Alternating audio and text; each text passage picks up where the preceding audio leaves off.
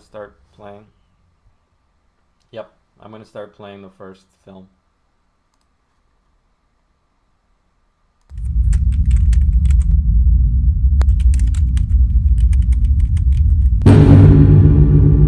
They send it over as a thing, but if you want to do an OBS record, if you feel like it, okay.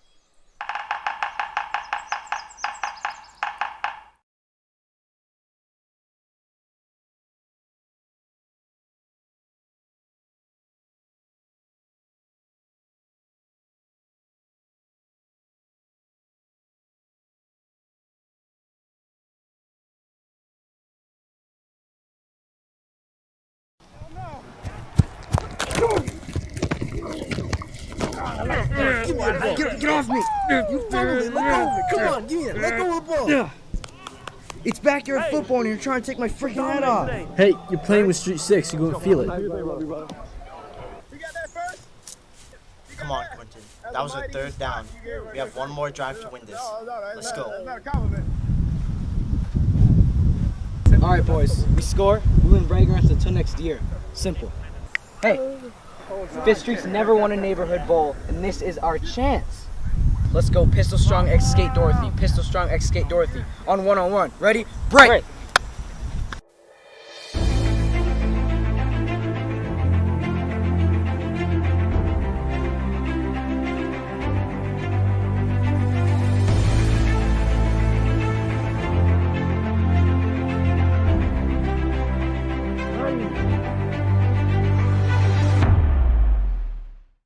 Listen, son.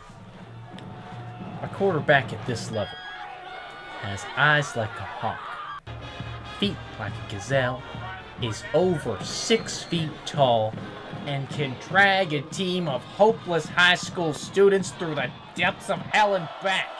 You, sir, are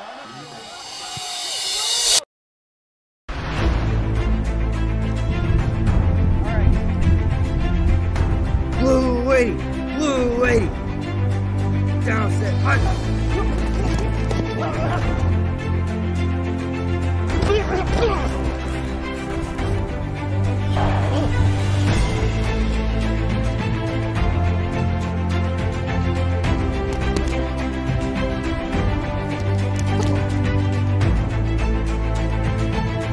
Yeah, come on, let's go! Get back, come on!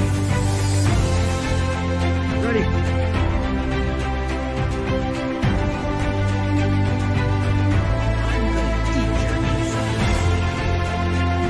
Go.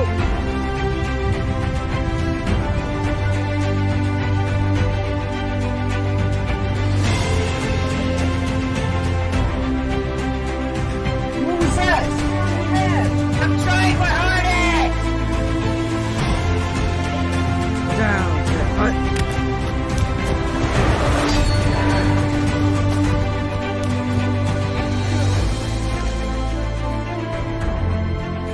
You're gaining ground.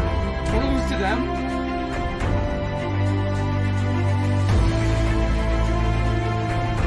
Blue 80. Blue 80. Down set.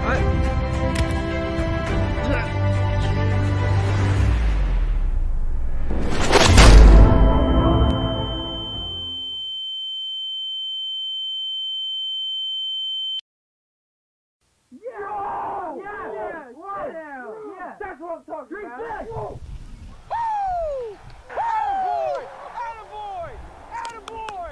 Great job. Great job. Dominate today.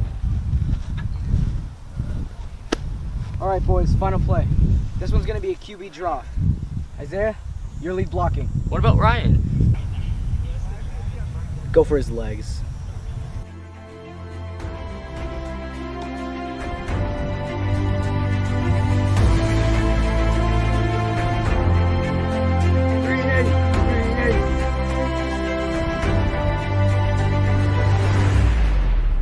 Down set. Punch.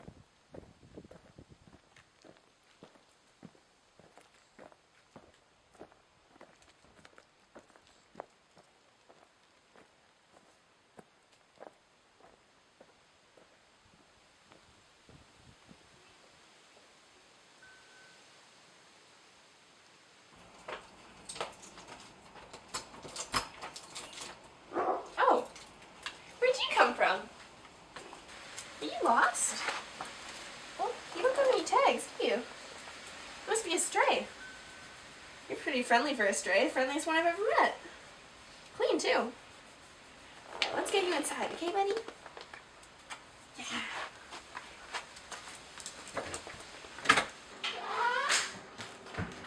There we go. Let's get you settled in. Oh, good boy. Yeah, come this way.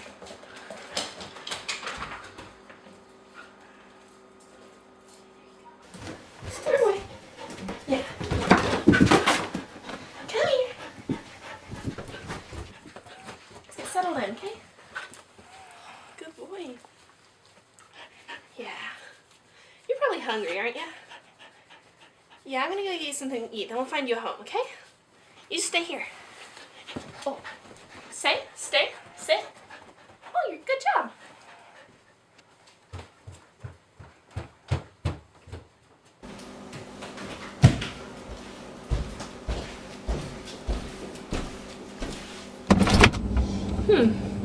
What do I even feed the stray dog? Guess the eggs will do.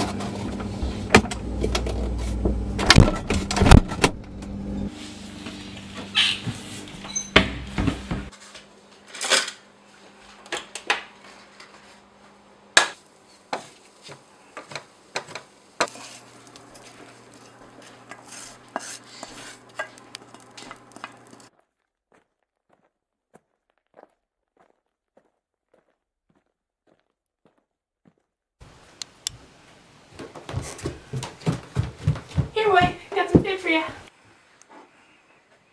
Where did you go?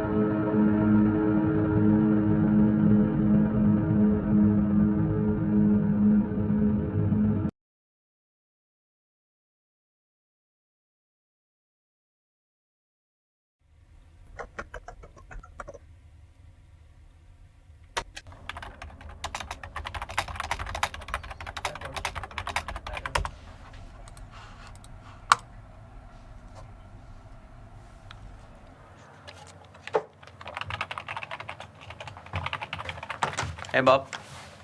Can you just make sure the references are good for tomorrow? I don't think I can have plans for tonight. Okay, don't worry. I'll let Peter take care of it. I mean, he's been doing a great job lately. I'm seriously considering him for junior manager position. No, he's been overworking. It's okay. I'll take care of it. Are you sure? 100%. Okay, then. See you tomorrow.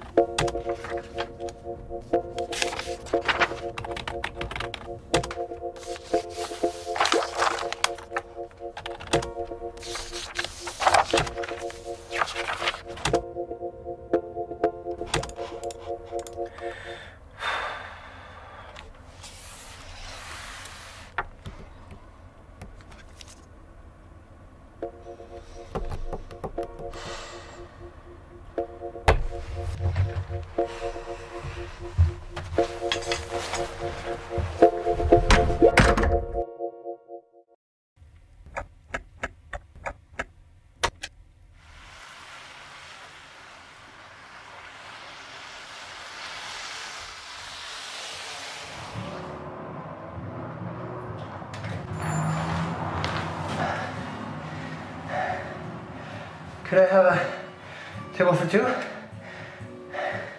can sit wherever you want.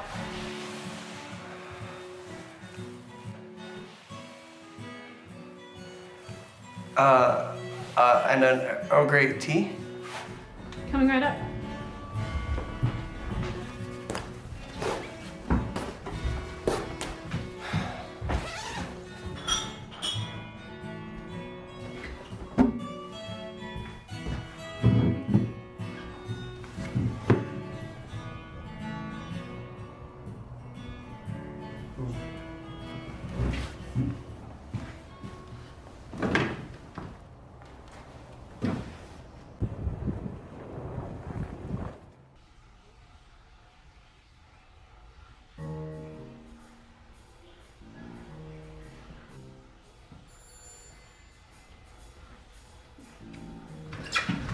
Hey dude, how's it going? Hello? What are you doing here? That seat's taken. Oh, the seat's taken? I'm so sorry. Yeah. So, like, you're waiting for someone? Yeah. Oh, is it a date? It's a date, right? Okay. Hey, I found it here, Mo. Okay, could you please leave? Because I'm just will be here soon. It's getting kind of late. Yeah. I think she ditched you, bro. I think you got ditched. Or maybe she's already here? You just got pranked, bro! Whoa! Can you guys believe this guy? He just fucking fell for it. Oh, come on. Alright guys, thanks for watching. I'll see you next time.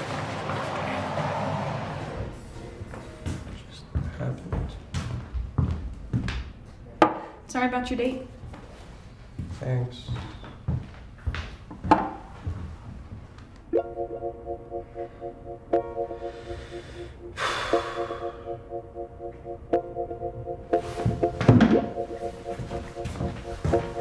What do I eat? $3.25. Here you go. Do you have any plans for tonight?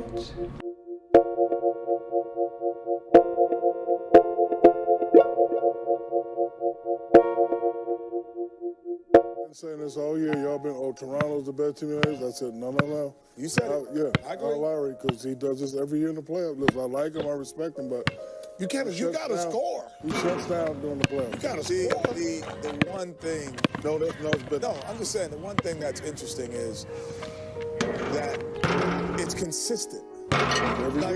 Because if you dominate, he dominates the regular season at times. And then to get to the playoffs and it's consistent, the behavior is consistent, then there has to be a routine change for me.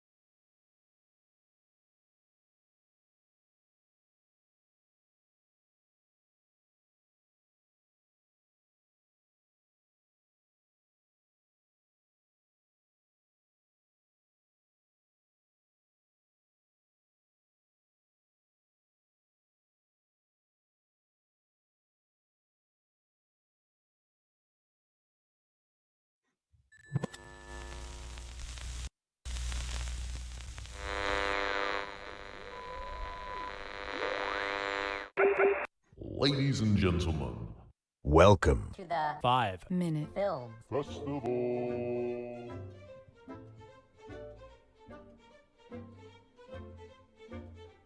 Hello, and welcome to the 5-Minute Film Festival 2020 Gala, better known as the 5MFF. My name is Kahan, and I am the Client Experience Specialist for Technology at Pickering Public Library. My partner in crime today, co-host and co-founder of the 5MFF, is Shaheen. Say hello, Shaheen, and please introduce yourself.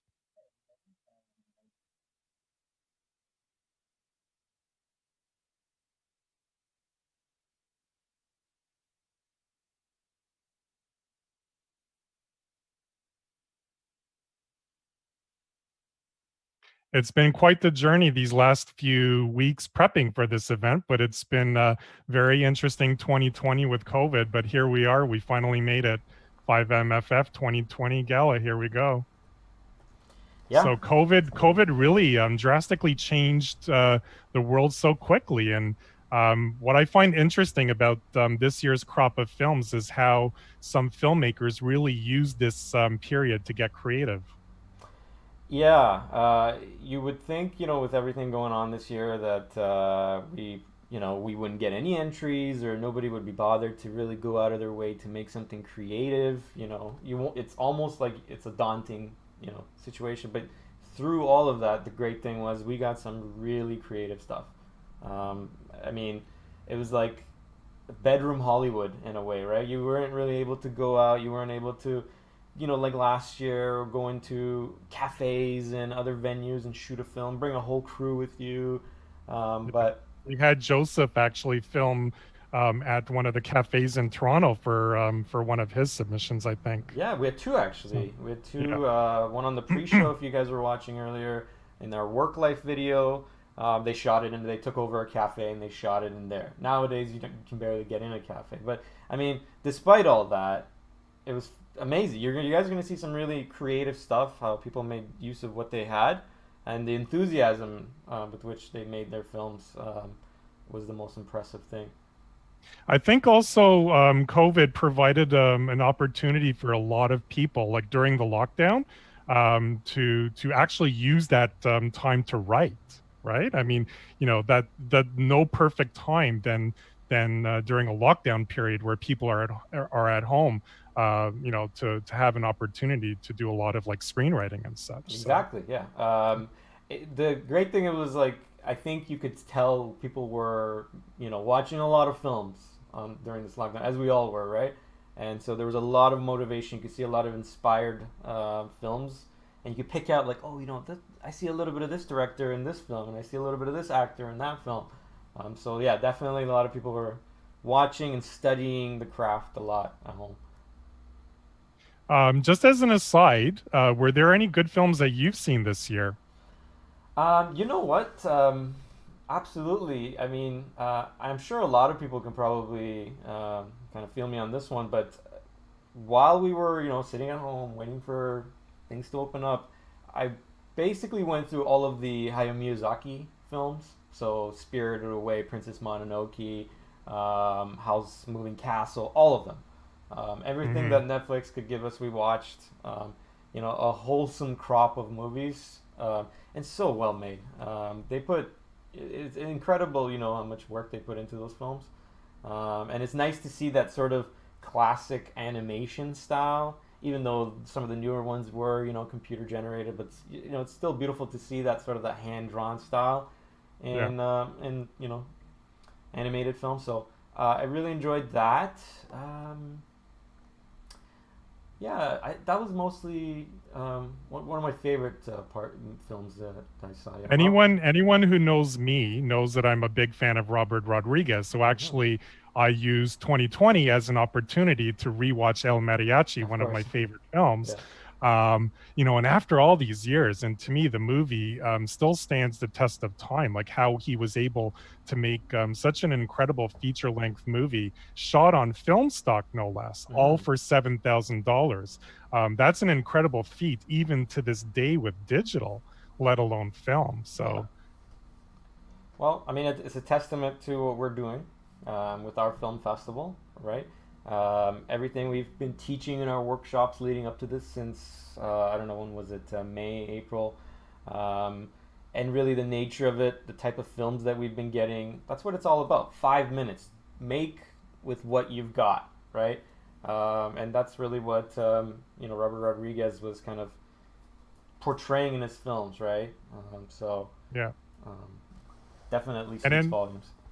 And with the 5MFF this year, we had to transition, obviously for the gala as well. We had to transition to an all online virtual event, but we also did all of our workshops online, which it was interesting. I mean, there's always the possibility with online that you can actually have a bigger audience, right?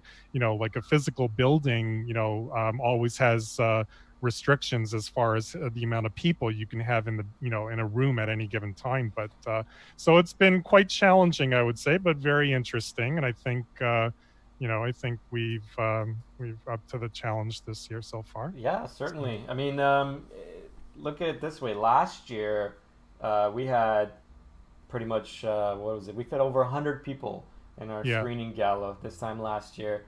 And it's really, now if you say that, they're like, what? 100 people in one room, Yeah. But yeah. now that we've moved everything online, it's like a whole new beast, with the power of YouTube, virtual, Zoom, all that stuff. The potential is, of course, a lot higher. There was a bit of a learning curve. I think everybody went through that. But it was really actually interesting. It was nice to see everybody adapt really quickly. And so we were able to kind of hit the ground running a little bit and offer that sort of virtual, still interactive, immersive programming, and now we're running this on YouTube. So hopefully nothing goes wrong on our first real, online live show. But do our best. Just a quick recap of last year's 5MFF Gala for those who may have been there, but for those who weren't there, the kids literally stole the night, starting with a 15-year-old named Kaylee Hopkins with her film Memories. I believe she won for Best Direction, and she won the People's Choice Award. So the youth really stole the day last year. So let's see if the kids steal it again this year. I guess we'll have to see. Yeah, last year was awesome just because we had so many, such a variety in all the ages that we had. We had anywhere from, I think the youngest we had was a 10-year-old filmmaker who made an amazing stop motion Lego animated piece. And then, all the way up, all the way up in terms of the age, the generations that we got. Really fascinating because you kind of, through these films, get to see through their eyes, or sort of a generational lens. Like a 10-year-old's film, you watch it and it's really interesting because he's making all this with Lego, and there's like a dragon, and there's like, I think it was a giant beetle that was attacking the town. Giant beetle. And I think he was 10 years old. He was 10 years old. Unfortunately, I think our entry age was 13, so he was not officially able to come in, but we were able to screen it, and it was, it did have a great reception from the crowd. People loved it, of course. So it's so nice to see, people of all ages. It's not something like just the millennials do it, or just, the older generation does it. If nowadays everybody's got a smartphone in their pocket, right? So you can shoot high definition video in it, and you can make a film. If you have a great idea, put it together, use whatever with you got. free software and just a Exactly. smartphone in your pocket. You have a film studio, literally. That's right, So let's do a rundown for this event. Sure. We have a fantastic and feature-packed afternoon for you all. This is our second annual 5MFF Gala, as mentioned before. And while things are obviously very different this year with COVID, we have 8 wonderful short films to screen for you this afternoon, as well as a very special Filmmakers Corner at the halfway mark with Toronto-based filmmaking power duo and couple Linsey Stewart and Dane Clark.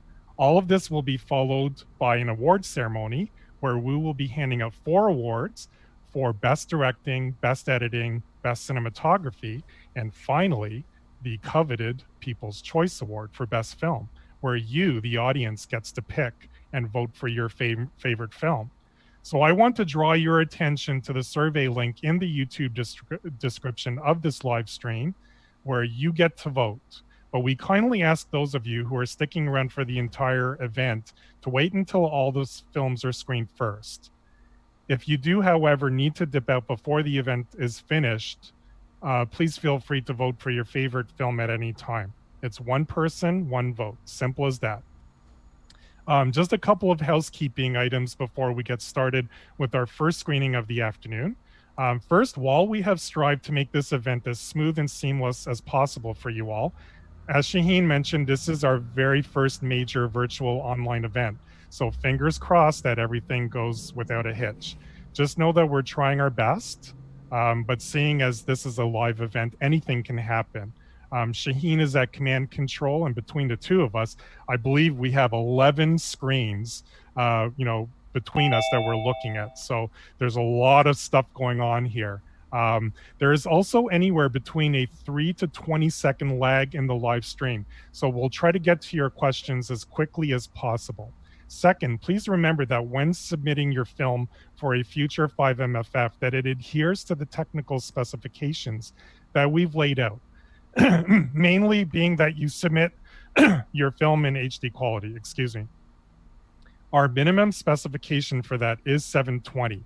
We want the viewing audience to fully appreciate what they see on screen and enjoy a full cinematic visual experience.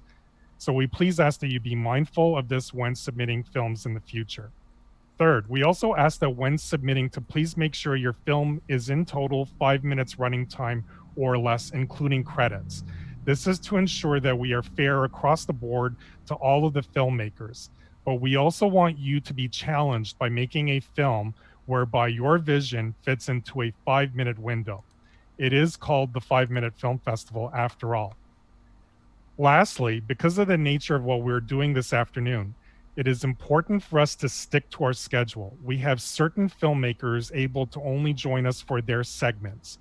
So it is imperative that we don't go ahead of schedule.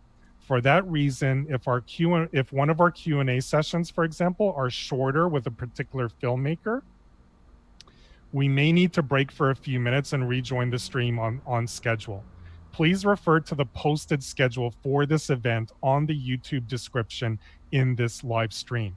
We also encourage everyone to head over to the live chat on the YouTube stream, and please ask questions of our filmmakers. Once again, the survey link for the People's Choice Award for Best Film is also in the description. So please vote.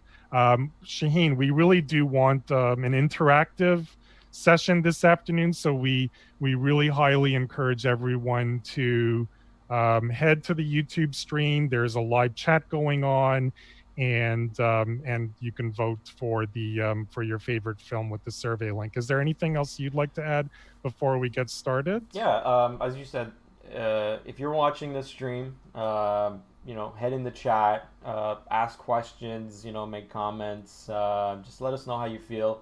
This is one of those cases where, we're all in a theater of sorts, a virtual theater, but in this one you can talk.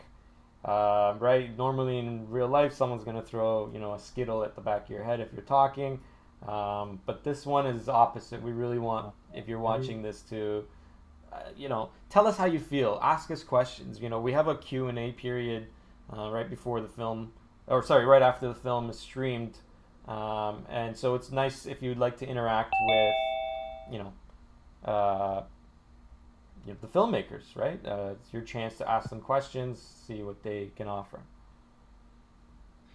Yes, absolutely. So with all of that, I'd like to get the event started this afternoon and introduce our very first film and filmmaker of the afternoon. The film is called Adventures with Amazon, and it is by Andrea Lee McFarlane. Welcome to 5MFF, Andrea. Hi, everyone. Hi, how are you doing today? Pretty good. Excited. Excited, yes. This is, it's interesting times, absolutely. This is your second, I believe, foray into our 5MFF. Last year, you submitted a film called Time Travel in Your Mind. How would you say you have grown in the past year as a filmmaker? Oh gosh, I don't know. I've got so many ideas. I've even got ideas for next year's film festival in my back pocket right now. What do you feel you've learned from last year's experience to the present? Like, do you feel like you've gotten better perhaps with, composition when it comes to shooting, or, perhaps maybe with the video editing side of things? What do you feel like you've improved upon? Well, this is not the only video I've done this year. I've done other things for volunteer organizations, and I've learned a lot about sound in the past year. I actually have a mic now at my home, and I use that for video recordings versus just my camcorder, or sorry, my webcam, I should say. Yeah. That's the one thing that I always emphasize in our filmmaking workshops, is that sound often is the overlooked element in filmmaking. A lot of filmmakers, particularly first-time filmmakers, they're so focused on getting the visuals, the imagery correct, but oftentimes sound is overlooked. And I think that's because sound actually is a lot harder to figure out. Would you say? Yeah, I think so, yes. Yeah. Is there anything else you want to add from last year's festival to this year's festival? Well, I encourage people to go onto YouTube and look at my last year's submission as well. I thought it was a lot of fun doing that, and I really enjoyed doing this year's submission.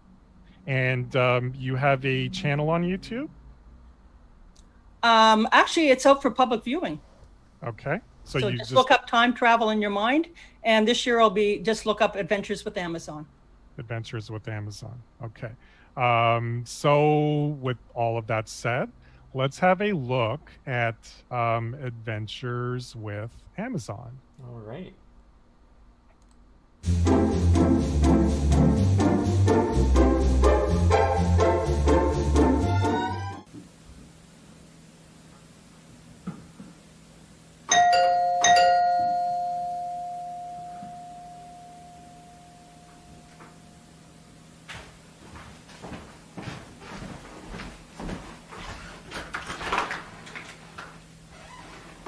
Thank you.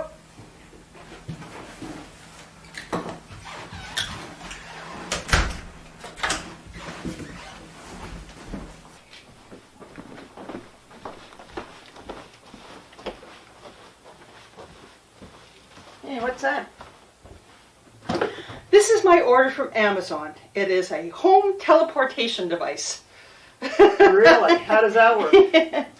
Well, from what I understand, and I haven't read the instructions yet, you download the teleportation app into your phone, and then I think in here there's a teleportation pad, and you connect the pad to the app, and then you go into the app and you type in the GPS coordinates of where you want to go. You hit something on your phone, and then poof, you go there.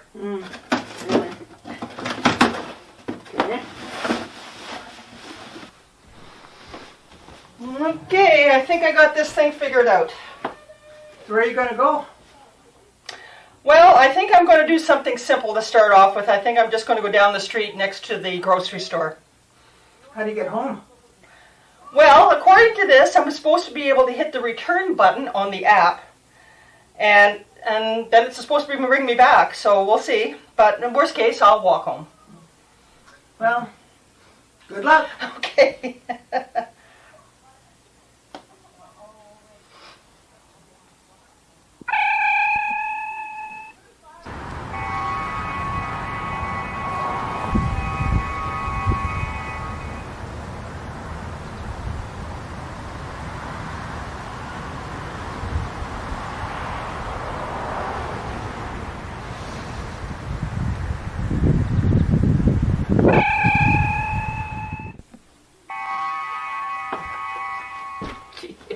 How did it go? I think I screwed up the GPS coordinates. I did not end up at the grocery store. Let me read the instructions. Okay, try her again.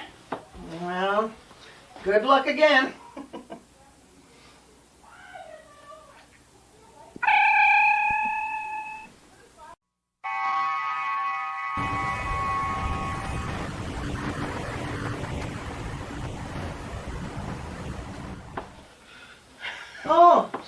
happened this time? Oh, I don't know, but I'm starting to get pissed.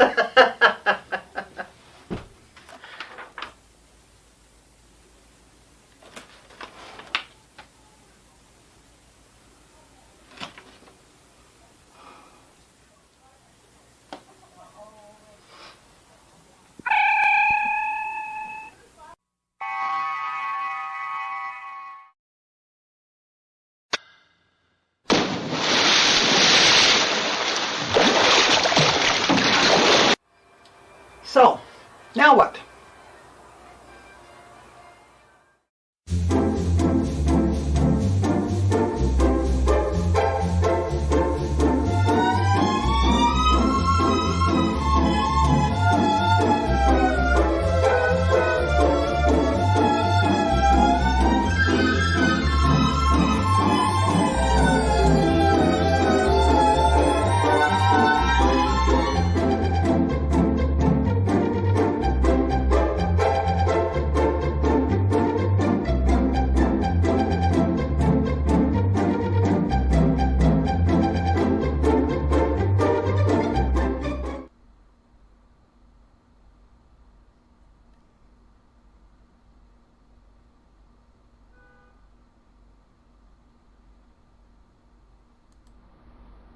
All right.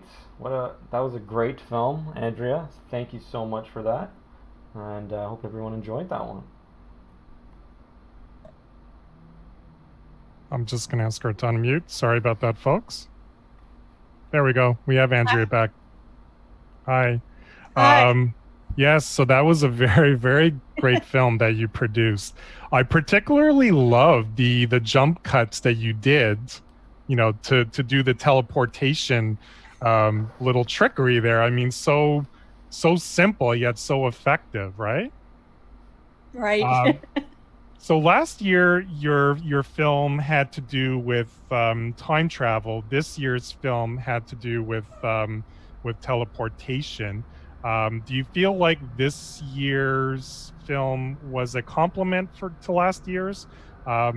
You know, not sure if that both of these topics are one and the same. I'm more of a Star Wars guy after all, not Star Trek. So, but would you say that this film complements what you did last year? Well, as you can see, I'm a sci-fi fan. And as you can see in the background, I even have the Star Trek. Oh, there we cast go. on my wall. I didn't even notice that until you pointed it out. So No, I'm just glad in this movie I didn't come out like Jeff Goldblum in The Fly. If anybody remembers that movie. Would have been an interesting Zoom call, though, for sure. So I mean, your interest with the whole teleportation and the time travel thing that obviously stems from Star Trek, is that correct? Well, certainly the teleportation's part of it, but just a general interest in science fiction, I would say. Okay. And what are some of your, like, are you able to get into some detail regarding some of your future plans? You said that you have a whole bunch of ideas. Oh yeah. Well, next year, stay tuned. You're going to see the garage sale genie, where I go out looking for gems at a garage sale. I find a bottle and there is a genie inside, but he has a bit of a hearing problem, so my wishes don't come true as you would expect. Awesome premise. So who's gonna be playing the genie? Is that gonna be your husband playing? Well, the I genie? certainly hope so. I don't know what I'm going to have to do to convince him. It might have to be a trip somewhere exotic. Can you get into some of the details with how you actually made this film? We have a lot of young aspiring filmmakers out there, obviously. You know, so like, can you just briefly describe, you know, what you used to shoot the film? Okay. What software you used to edit it? Was there any special things that you did with regards to this film? Well, I have a Nikon D7200 that has filming capability on it. And this past year, I went out and bought myself a dead cat to reduce wind in the background when I'm outside doing shots of that nature. She's pointing at hers there. Right. And for video editing, I use Corel Video Studio, which doesn't have a lot of the features that some of the other software have, but I've been using it for a number of years, and I'm very comfortable with it. So that's what I've been doing. I think when you were taking our workshops last year, you did mention that you were using Corel, and I was like completely blown away, because it's like, wow, like, you know, because Corel doesn't seem to be a very popular program anymore, but I've always loved Corel products. I find that they're actually very they have a lot of advanced features. So you took advantage, I hope, of some of the advanced features of the software that it gave you. Yeah, some of the transitioning for sure. Okay. Gosh, you caught me on the spot here. I hadn't thought ahead of that. Those are the best questions. Okay, so aside from the garage sale genie, I think it was that you mentioned, right. Is there any other sort of thing that you have coming down the pike? We really look forward to next year already. Well, I have another thought about a woman or a girl that's sitting in a classroom, and a teacher comes in and all of a sudden tells her what she has to do to become rich in her life. And then you fast forward 20 years, and this woman or this girl that was in the classroom is now a multimillionaire. Interesting. So it's someone from the future coming back to the past to tell her what to do. That's just a thought. I haven't thought it all the way through yet. And I certainly, with COVID, I might have a little bit of difficulty finding volunteers to work in a classroom. Yeah. But we'll see how things go in the next year. And I think you did take our screenwriting workshop, if I'm not mistaken. So when you actually did the story for Adventures at Amazon, did you actually create a properly formatted screenplay, or was it just more of a shot list? Oh, absolutely. I mean, there's no way to do it and to organize it without getting your thoughts down on paper properly. Oh, wow. That's great. That's great to hear. Because I know a lot of people, what they'll do is they'll just do like a shot list. They won't, hold on, I just got to mute our next guest. They'll just do a basic shot list, but it's great to hear that you're actually making use of some of the knowledge that you've gained at our workshops. Shaheen and I always say, myself in particular, I always say, you don't have a movie unless you have a story down on paper. You know, you can't, it's almost impossible to go out there and shoot something unless you actually have something on paper, because the screenplay is actually the roadmap to your film. So I'm glad to hear all of that. That's correct. And definitely my sister was helping me do this last film, so she wanted to know her lines in advance. Okay. Is there anything else you'd like to leave us with, Andrea? Is there anything else that you'd like to say? Or all I can say is, if you see teleportation devices on Amazon, be a little bit leery. Read the reviews at least. Read the reviews. Yeah. Well, you know, there's a lot of fake reviews out there too, right? So, well, it was an absolute pleasure and delight having you here again with us this year, Andrea. Thank you so much for submitting your second film, and we're really looking forward to see what you have for us next year. Mm-hmm. Well, thank you for including me this year. I've enjoyed it so far. Thank you very much. Thank you. Okay. And I will, okay.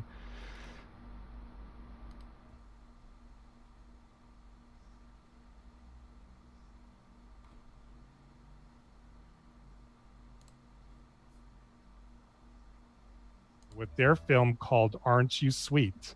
But joining us today is Ali Akbar Jaffrey. Welcome to 5MFF, Ali. Hello, very glad to be here. Thanks for having me. Good to have you here. I know Blaze was the contact person for your submission this year. But by chance, were you part of a production at last year's 5-Minute Film Festival with a film called Stray, or did you have anything to do with that production? Oh yes, I was, as a matter of fact. Me, Blaze, Weston, and our friend Alex, we developed UTF. We made Stray, and I was the writer and the main cinematographer for Stray. Okay, that was actually for those of you who may have been at the gala last year, that was actually one of my favorite films from last year's crop of submissions. For those that may recall, it had to do with a woman played by Blaze, I think, right, Ali? That was actually Blaze, yeah. Where she took in a stray dog off the street, and something very unexpected happened at the end. I don't want to give away the ending, but it was a fantastic film. Thank you so much.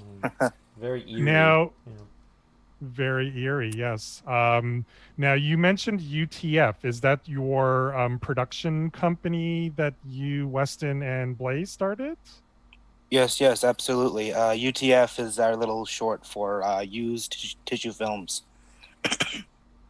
Okay.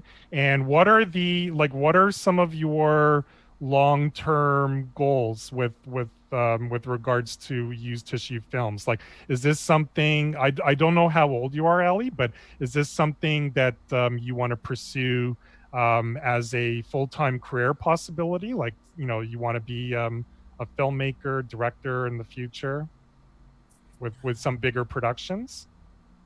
Oh yeah, absolutely. You see, used tissue films was a vision from Weston, like the name was his idea. Okay. And all of us have really big ambitions to be big writers and directors, for me at least. My big goal is writer-director. And I also plan on comic book writing. I can't draw, but, comic book writing is a big goal of mine. So there's that. Now, when you're writing, like when you wrote the screenplay for Aren't You Sweet, which is going to be the film that we're going to be screening, did you actually create like a properly formatted screenplay when you did that? Oh, you see, Stray wasn't properly formatted. Aren't You Sweet, being an experimental, I deviated from script writing, and instead I just kind of wrote down like a very basic shot list that we were gonna go with. I decided to go like half plain, regular everyday life, and then one half was basically like a plan for like a hit or like a murder. Okay. What are some of because you're saying that you want to get into this in the future, what are some of the films and filmmakers that you most look up to? Because obviously I think, you guys are kind of more into the horror, thriller kind of genres. Am I correct? Oh yeah, absolutely. I mean, we really like comedy too. I mean, at the moment, we are making our very first comedy skit, but I think my inspiration would be really heavy on Guillermo del Toro. See, in terms of creature design, I love that guy, and in terms of bringing, concepts of like fantasy and horror, and also like making the film, his work, so much more than just mindless monsters and involving human emotion and all that. I really love his work. Interesting. So we're going to be screening your film Aren't You Sweet in a moment or two. Can you give the audience a brief synopsis of what they're going to see with this new film? Well, I just gave it away, but I guess if I were to sum it up, it would be basically like everyday life. You see what looks like the average life of your average suburban. Then suddenly, let's just say the unexpected hits the camera, and it goes from cool to chaos. So it's kind of like last year's Stray with the. I don't want to give the ending away for those that haven't seen it, but like a lot of shock value, right? It was like, when I watched that film last year, I'll be honest with you, I wasn't expecting to see what I saw at the end, which really kind of shocked me, and it was very, very interesting. I loved it. It was one of my favorite films from last year. Yeah, I tend to base that in my writing. I tend to base shock value off of my own personal paranoia, where because, well, I mean, I guess, I'm in public, but I have anxiety, and I'm having paranoia. Like it's really easy for me for my mind to think of situations that go from cool to what I call like a nightmare, right? And to put that in writing and to see how people actually they like it and they think it's great. It's something that not to toot my own horn, I'm a little proud of, but yeah. Good stuff. Okay, Shaheen, let us slowly roll into the screening, our second screening of the afternoon, by Used Tissue Films, I believe, right, Ali? Yep, that's correct. Tissue Films, made by Ali and Weston Nickerson, and the film is called Aren't You Sweet? All right.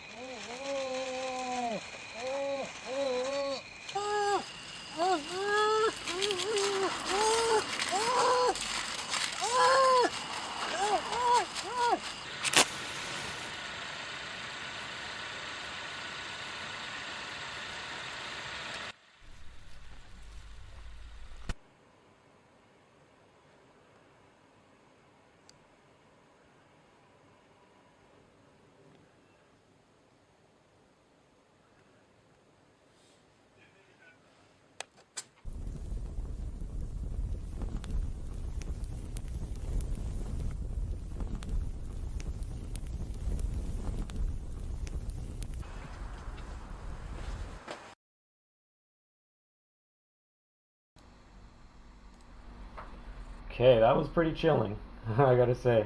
Had a bit of a Goodfellas vibe at the end there. Thank you. So I just want to give an opportunity if there are any audience questions. I'm just looking, and I don't believe we have any audience questions. There is a lag in our stream, so let's just give maybe 10, 15 seconds to see if there's a question coming through.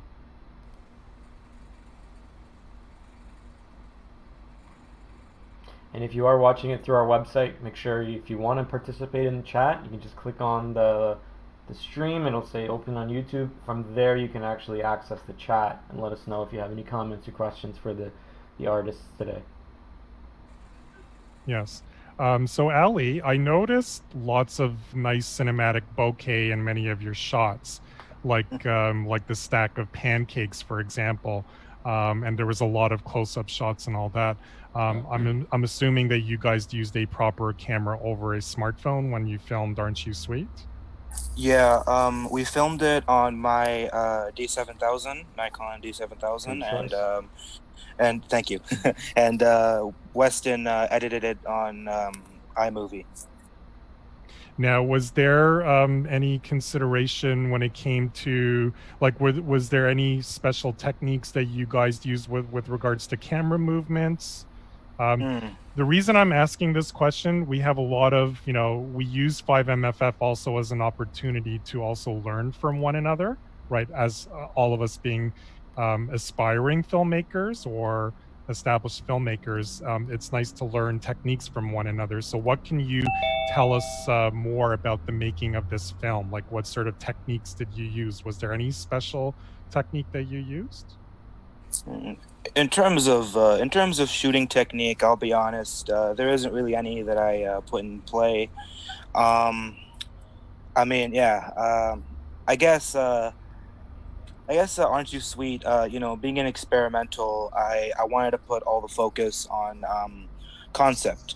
So basically, like, my goal for this and for any experimental that I make in the future is that it's all like concept heavy, and that if you watch the film and if you kind of make a whole entire meaning or you have an interpretation, then I'm always happy to hear that interpretation, as I have my own and Weston has his, and so should everybody, really, because filmmaking, at the end of the day, it is a form of art. It's a form of storytelling art, and I use that to the fullest of my current ability right now.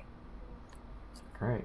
So I actually have a question from the chat. Perfect. Yeah. So Hopla213 says, "Hey there, really enjoyed the sudden shift of tone. What was the inspiration of making a dramatic shift like that?"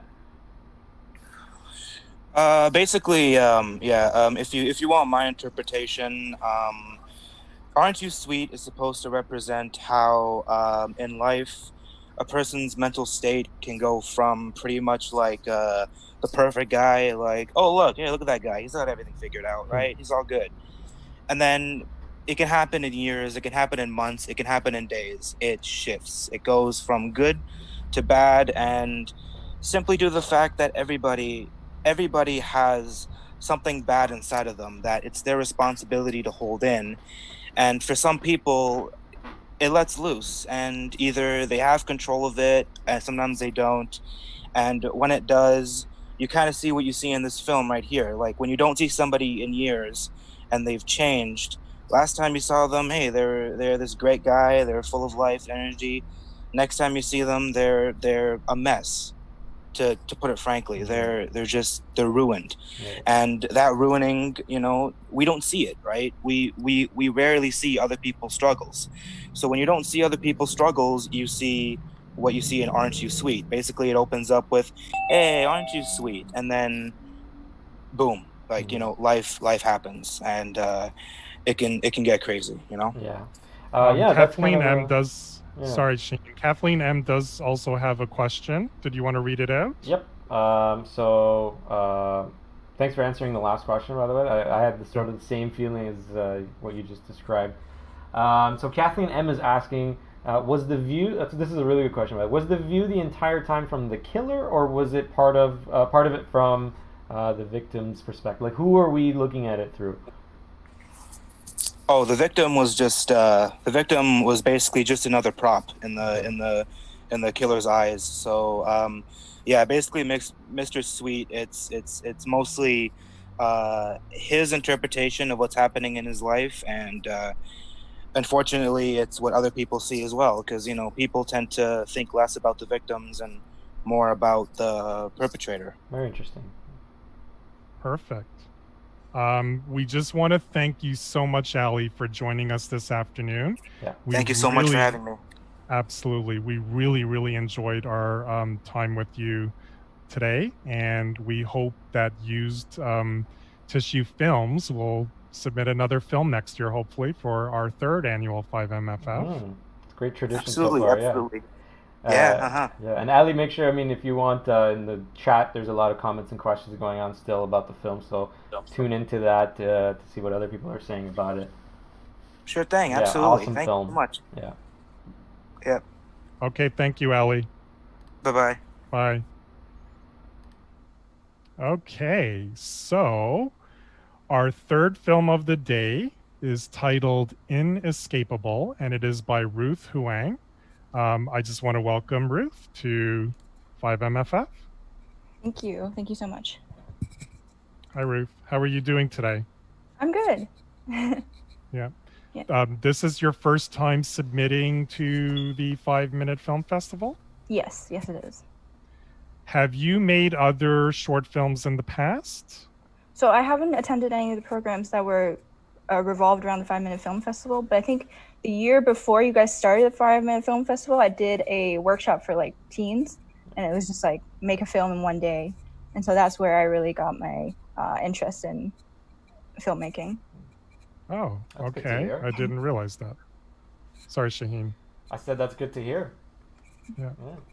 So this was you said you did a teen workshop for Yeah, film? at the library, yeah. Okay. When did you first become interested in filmmaking? Like going how far back? I attended a arts specialist high school sort of, and I was a theater major and there are film majors, and so we worked together on a variety of projects, and so I got to see sort of what it's like to be in front of the camera and behind the camera, and that kind of led me to be more interested in what happens behind the camera in a filmmaking process. So this next film, you've directed it, you shot it, you're obviously in it as well. We're going to be screening it. What is your preference? Do you prefer being in front of the camera, or is your preference, I think you said your preference is being behind? I like being in front of the camera, but behind the camera is definitely more, I think, interesting to me. There's a lot more to think about, and I like that. I like having to plan out stuff and consider all sorts of different angles, look at things from different angles. And so this was a really fun experience. As far as writing, do you enjoy writing for film as well? Like, is that something that you want to pursue as well in your filmmaking career? I can't say I'm not very experienced at it yet. So, like, I don't think I'm a very good dialogue writer, which is why I try to avoid dialogue in this movie. But maybe with some mentorship, I think I could get somewhere. But for now, it's just mostly just getting a feel of what it's like to work with a camera. Okay. So, Shaheen, do we want to have a look at the next film by Ruth? Coming up right now, Inescapable by Ruth Huang.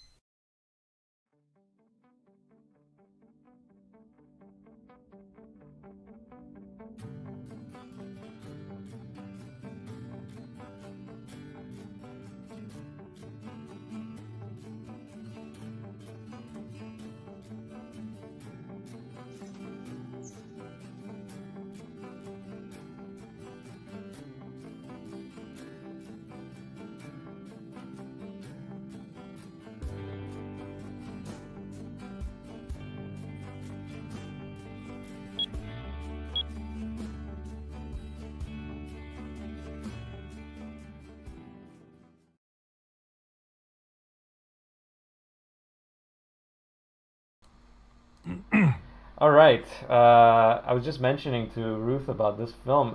It's a wonderful film, but when I'm watching it, I'm so frustrated as like if I put myself in your shoes, being stuck in this time loop is just like so frustrating. So I've watched this film a bunch of times already, and every time I watch it, which is as a testament to your writing and how you put this film together, but it makes me so mad, to be stuck in this sort of situation. So awesome film.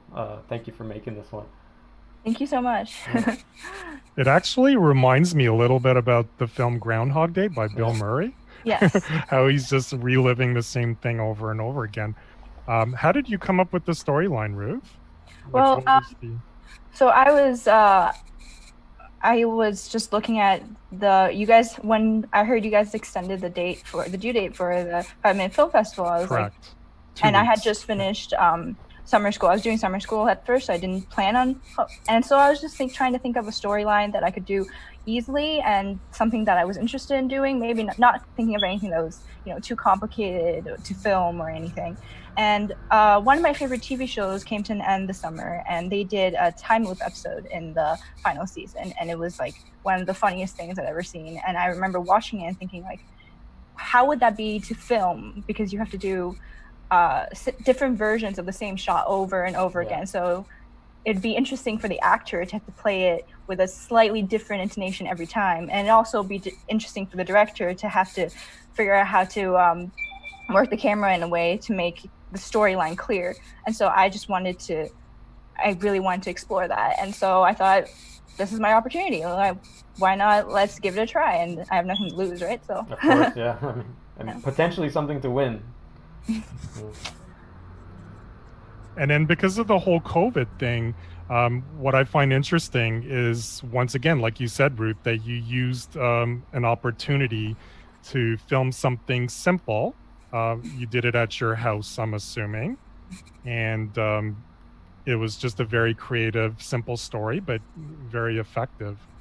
I always tell people during our workshops that really stories can come from anywhere. Like you can, like even just me sitting in this office right now, I have like three movie ideas already lined up. So are there any other potential filmmaking other ideas that you have for other films that you'd like to do? I was thinking of obviously films that I could do easily on my own, and the other idea I was kind of toying with was like a writer's block idea, because it's something like it could just be a lot of shots of me trying to overcome writer's block, and I thought that would be a funny sort of story, funny simple story that doesn't involve too much dynamic camera work and and only one actor. So that's definitely an idea that I've stored for maybe next year. We have Hopla213 in the chat that says it reminds them of an episode of X-Files, particularly the episode Monday. So if you're an X-Files fan, I would say that's high praise. Yeah. Thank you. Yeah. I know the Groundhog Day trope is kind of like something that gets done a lot, but it's still an oldie but a goodie, right? Yeah, it's like one of those classic premises that you can make so many different variations off of. So I'm glad to see a different one this way. Yeah. I actually have a question regarding the time that was displayed. Every kind of re-loop of it had a different It got shorter and shorter. So I find that if the time between loops doesn't get shorter, it feels like there's no urgency because you can just repeat it until you get it right. Yeah. So usually there's this thing where it's like the spaceship is about to crash or something that forces you to have to solve it in a limited time, even though there is a time loop, right? Mm-hmm. So I tried to convey that the time was getting shorter and shorter each time, and she was starting to panic more and more because she was like, I'm running out of time to solve this. So. And then it also felt faster, like with the music, yes. With all of that as well. Yeah. Interesting. Do we have any other questions, Shaheen? We have a lot of great comments. Ramina says, the sound of the alarm clock really ingrains the idea of monotony as well as frustration, especially with the time bomb. So, yeah. Yeah. I tried to find the most annoying alarm clock sound, and that you just would dread hearing in the morning. Yeah. Actually, that was the first thing when I first saw this film. That was the first thing that came to my mind. I'm like, oh my God, this alarm is so annoying. Because that reminds me of an alarm clock that I had from many years ago. Now I just use my smartphone as an alarm, which kind of plays a song, right? Yeah. So yeah, it was highly annoying, but very good at the same time, Ruth. Yeah. Are there any other comments, Shaheen? I don't believe. Just a lot of praise. We don't have any. A lot of praise. Yeah. And Kathleen M says, love it. I was about to say Groundhog Day vibe as well. So, yeah. A very thought-provoking film for sure. Thank you. So, Ruth, we really appreciate you being with us this year for 5MFF. We're really excited with your film submission. Hopefully, you're going to be submitting a lot of films in the future. Hopefully. Thank you. Yes, so it was great having you here today. I just want to remind people that we are going to have a award ceremony at the end with the whole voting for People's Choice for Best Film. So I just want to remind also the filmmakers. I know we didn't do this earlier, Shaheen. Any filmmakers that are watching this that were part of the Zoom chat, if you guys want to reconnect to the Zoom chat later on to potentially accept any award handout, that would be great as well. Thank you, Ruth. It was a pleasure having you here today. Thank you so much. Thanks, Ruth. Thank you. Bye-bye. Bye. Okay, I'm just letting in our... Okay, folks, we are almost at our break. This is our fourth film of the day, and it is by Tashinga and Tiara Suluma, and the title of it is A Penny for Your Thoughts. Welcome to 5MFF. Thank you for having us. Hey, guys. So we have both of you here today. That's really good. I believe that you submitted a film last year, Tiara, to the last year's 5MFF. Am I correct? Yes, I did. The film was called Who Wants to Live Forever? Yeah. How would you say you have grown as a filmmaker from last year's film submission to the film that we're going to be screening shortly?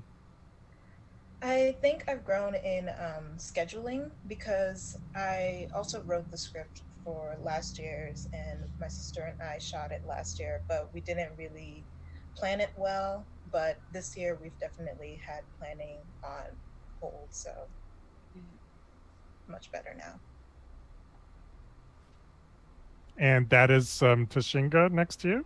Yes. Yes. Now you shot the film while Tiara was acting in it. Was that she was everything, the director, the actor, but so yeah, I was mostly behind the camera. Okay.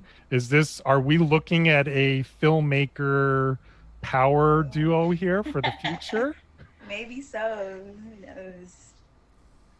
But Tashinga, I want to ask you a question. What like helping Tiara? I mean, obviously you guys worked with the last year's film as well. Like, do you love being behind the camera and doing that sort of stuff with film? I do. I love it. It's a passion. I went to school for broadcasting. I'm film media, digital media. So yeah, it's definitely a part of me. Well, we should have gotten you to run the stream for us. That way, with less nightmare for us. Do you have any questions, Shaheen? Before no, I was just gonna say, as Kayhan said earlier, if you guys are planning on doing like a power kind of duo in terms of filmmaking, some of the best filmmakers are siblings after all.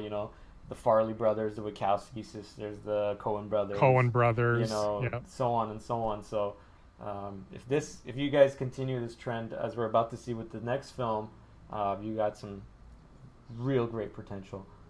Right. Thank you. So do we actually want to have a look at the film? Yep. So okay. Let's have a look at A Penny for Your Thoughts.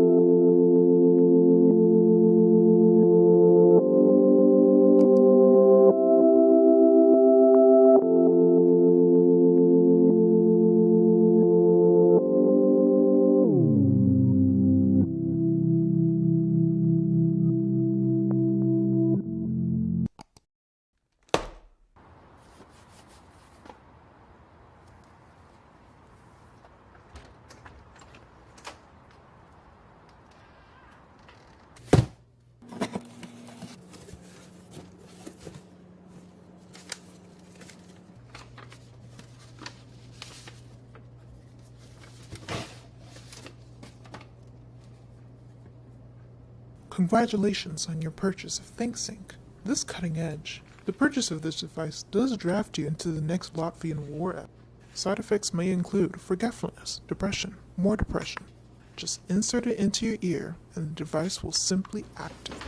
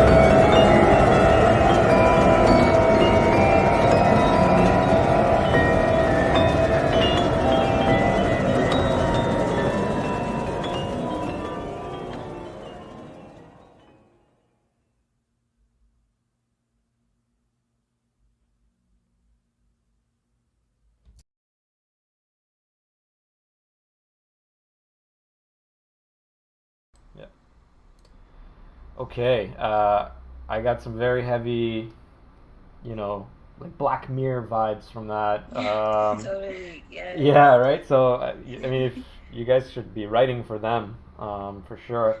I want to ask you, because, as Kayan mentioned, you did participate last year, and you have been to some of our programs before. Is this something that you will be pursuing more? Do you do this outside of like our film festivals? Do you guys make any other works on your own? Yes, I have some work, not really short films, but I do some video editing work that isn't related to the 5-Minute Film Festival.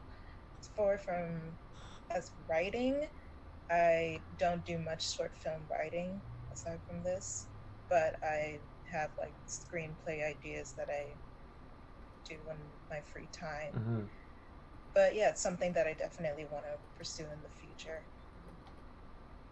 Great. So for me, it was a very original and creative storyline. How did you guys actually come up with this story? I came up with this story sometime last year I wanted to do a short film with my friends. I'm not really sure why, but I know that it had something to do with like being an artist, but like not being able to pursue it because you don't really get paid for it. So just like, what if, and like a part of it is based on art block. Like you have all these ideas, but they're overwhelming you, so you just don't do any of them. And it's like, okay, I have so many ideas, but I can't do any of them. They might as well just pay me for thinking. And then that's what that's where I came up with the idea. Excellent. We do have a question in the chat and some comments as well. First of all, yeah, people are kind of on the Black Mirror vibe as well. So great job. I gotta check that out. I've never even heard of this. Oh my goodness, you of all people would love it. Really? I feel like you get most of your work from there already. Your ideas. But okay, I'll definitely check it out. It's on the list. Yeah, I feel like you already write for it. So, but Hoplo 213 again, really helping us out with a lot of great questions. She said, they say great concept and amazing acting. What was the biggest challenge for directing yourself in this short?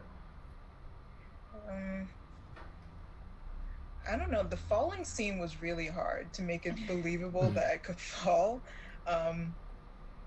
I don't think, because I don't fall on the daily, so I just... But also like kind of clashing ideas, because you know, being behind the camera, you have certain ideas of how a shot should be, and then she's like, no, I'm the director, it should be like that. So there's a lot of clashing ideas, but you know, try to maneuver so you make it work.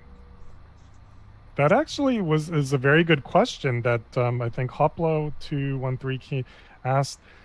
It is a challenge when you're actually in the film and then you're directing yourself at the same time, right? Mm-hmm. So that's a... Yeah, and a lot of great comments about the music and how it really steps up the fear factor. So Romina picked that up. It's a great job on the music as well. And Ali Akbar Jaffrey, who just joined us earlier, says, I agree, music was sharp. How did you guys, what were some of the gear that you used? Because I noticed a lot of the shots done in this film, they were done very beautifully. Like you had nice bokeh behind, you know, nice blurriness in your shots.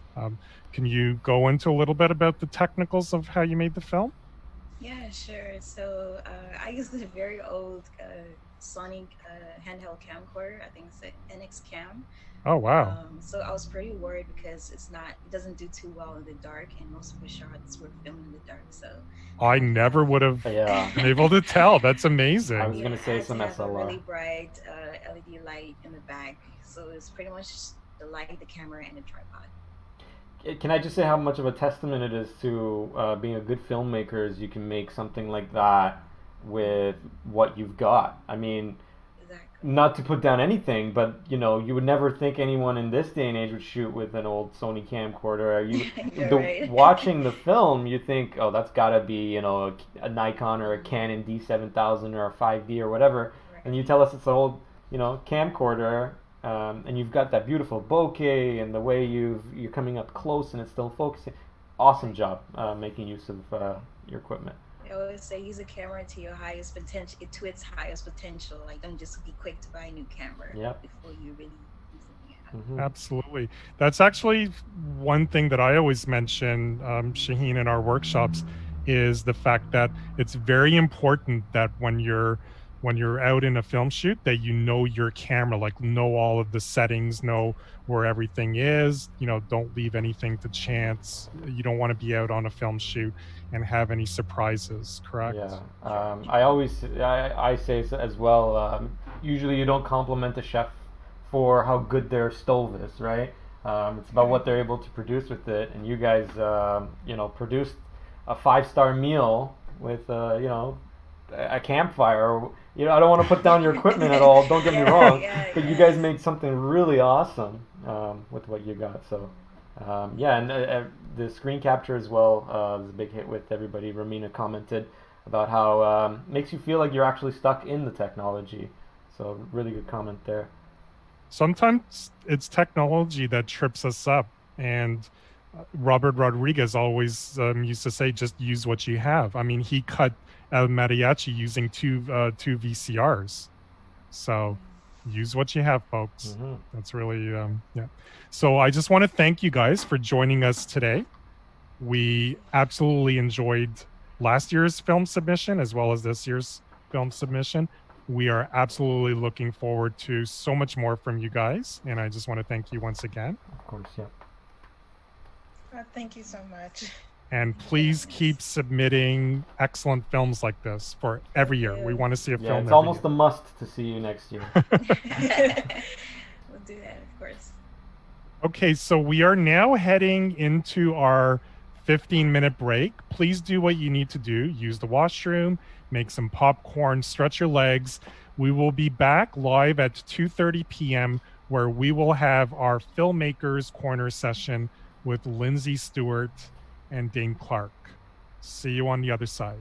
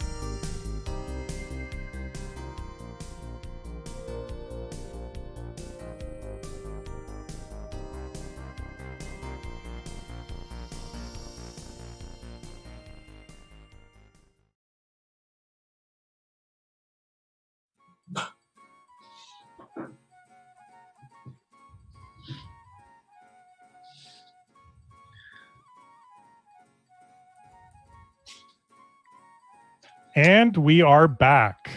We are now heading into our Filmmakers Corner segment. For those of you who don't know, our Filmmakers Corner segments are extended screening sessions with a particular filmmaker where we screen 2 or 3 of their films and delve deeper and have a more intimate conversation and Q&A session. With that said, let us begin. Linsey Stewart and Dane Clark met during their Writers Lab stint at the Canadian Film Centre. They became best friends, fell in love, wrote scripts, and now they're married to each other. Their first collaboration as writers-directors was on the short film Long Branch, which won several film festivals, became a Short of the Week winner, Vimeo staff pick, and was named to the Viewfinder list of the top 10 shorts as voted on by Hollywood execs. Their next short, Margot Lily, premiered in Telefilm's Not Short on Talent program at Cannes and won the A&E Award for Best Film at the NSI Film Festival. And their latest short, Bickford Park, premiered at TIFF 2017. In 2013, they were named People to Watch by the Toronto Star and shot their first low-budget feature, the romantic comedic thriller I Put a Hit on You, which premiered at the 2014 Slamdance Film Festival, was picked up by Mongrel Media, and received 4 Ns in Now magazine. They recently won a WGA award for their Awesomeness TV web series, The Commute, were writers, consulting producers on the last 4 seasons of CBC's Mr. D. Linsey also directed an episode and is currently writing on season 5 of Working Moms. They are currently developing their next feature, Suze, with Wilding Pictures, adapting the critically acclaimed YA novel, Miss Bixby's Last Day, for Gunpowder and Sky Walden Media, and their spec Merv was just optioned by MGM. Let us give a big warm welcome for Linsey and Dane. Welcome, guys. Hi, everyone. Hey, guys. Hi, thanks for having us. How are you guys doing today? I mean, how can we complain when we're getting these pockets of sun in late September? Summer starting, right? Like that's what I've decided. And where are you guys talking to us from right now? We're in Toronto. In Toronto. Yeah. It seems like we're at a cottage, but we're not. A lot of wood grain going on in the background there, yes. Well, we really appreciate the 2 of you joining us this afternoon. It really, really means a lot to us. I know that we had other plans set for this event. I remember emailing you guys way back in the day, you know, mentioning the live event and all, but obviously COVID happened. So that, you know, made us change a lot of things this year. So really appreciate you joining us. Well, I'm glad we can still do it and that you can do it too. It's like technology is helpful right now. It's at least the internet, right? It's imagine doing this in 1918. Imagine doing this in 1998. Same. Yeah, that. 4 pixels on the screen. Totally. I remember seeing a screening of your feature film. I believe I mentioned in my email. I Put a Hit on You at the Royal Theatre on College Street back in the day. I think when you guys first released that film. It seems like so long ago. It kind of was.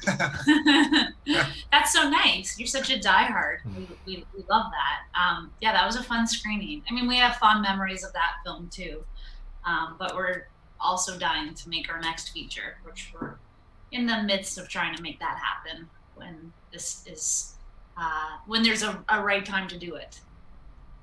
That was actually going to be, you know, I was actually going back to the I Put a Hit on You thing at the Royal. I was the dork. I think I mentioned that in my email that stood up and said, you know, did you guys use a red to shoot that? You know. Yeah. Nice.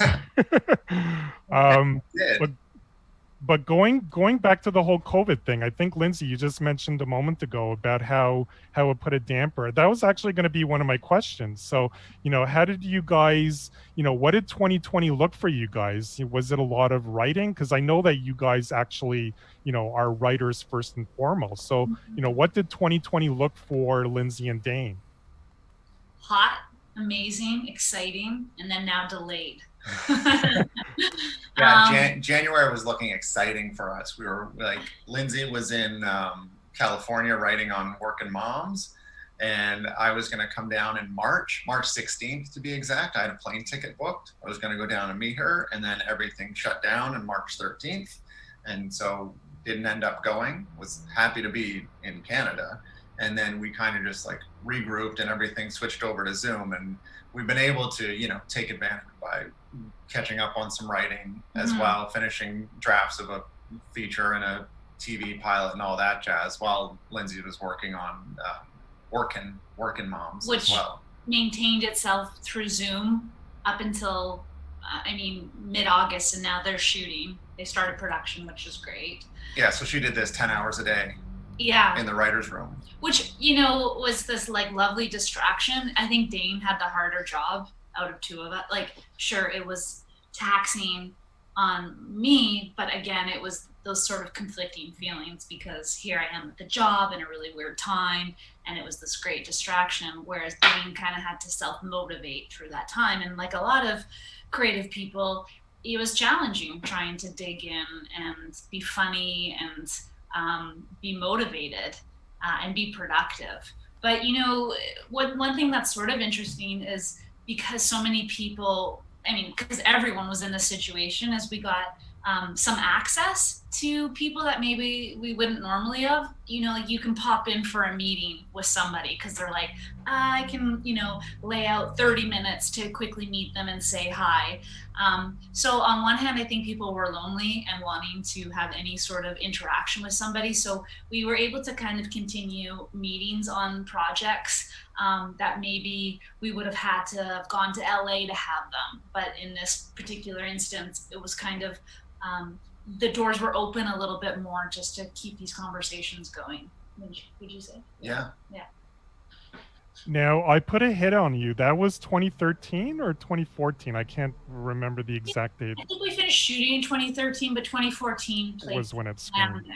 Yeah. Yeah. So there's been a big gap since the last feature-length film that you did. Now, you guys mentioned that you're working on your next feature film called Sue's. Yeah. Yes. So obviously 2020 COVID, that kind of put a halt on things, I would think, with the production of that film. Yeah, we were hoping to make it, nowish, but wow.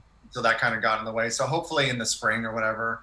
But yeah, in those years, we've been writing a bunch of other features and TV shows and all of that jazz. It's been a lot of development and writing on other people's TV shows, because that's a much more lucrative job. Making short films, which we love. We love short films. You just lose money instead of making money, but they're totally necessary to do. Okay. Right? It's a great way to establish your voice, and so it's like that's why it's great seeing what everybody's doing right now here in the films that you have. It's like, you have to put your voice on the screen in order to figure it out, and for people to see it in order for other things. Because like every door open for us. It's making me really nervous. All the doors open for us because we made Long Branch, right? And that was a low budget. Like we had $5,000 for that. We got an advance from CBC on it, and so that was our budget, and it went over that. But that was what it was supposed to be, and we made that just for kicks on our own time and dime, basically. And none of it was for money, right? It's because we wanted to. And if we hadn't have done that, then obviously we wouldn't be here talking to you. Yeah. Right? And so like it's so important to just do it yourself, and with the tools that you have, and just the resources and just practice telling stories and getting stuff out there, because you never know who sees it.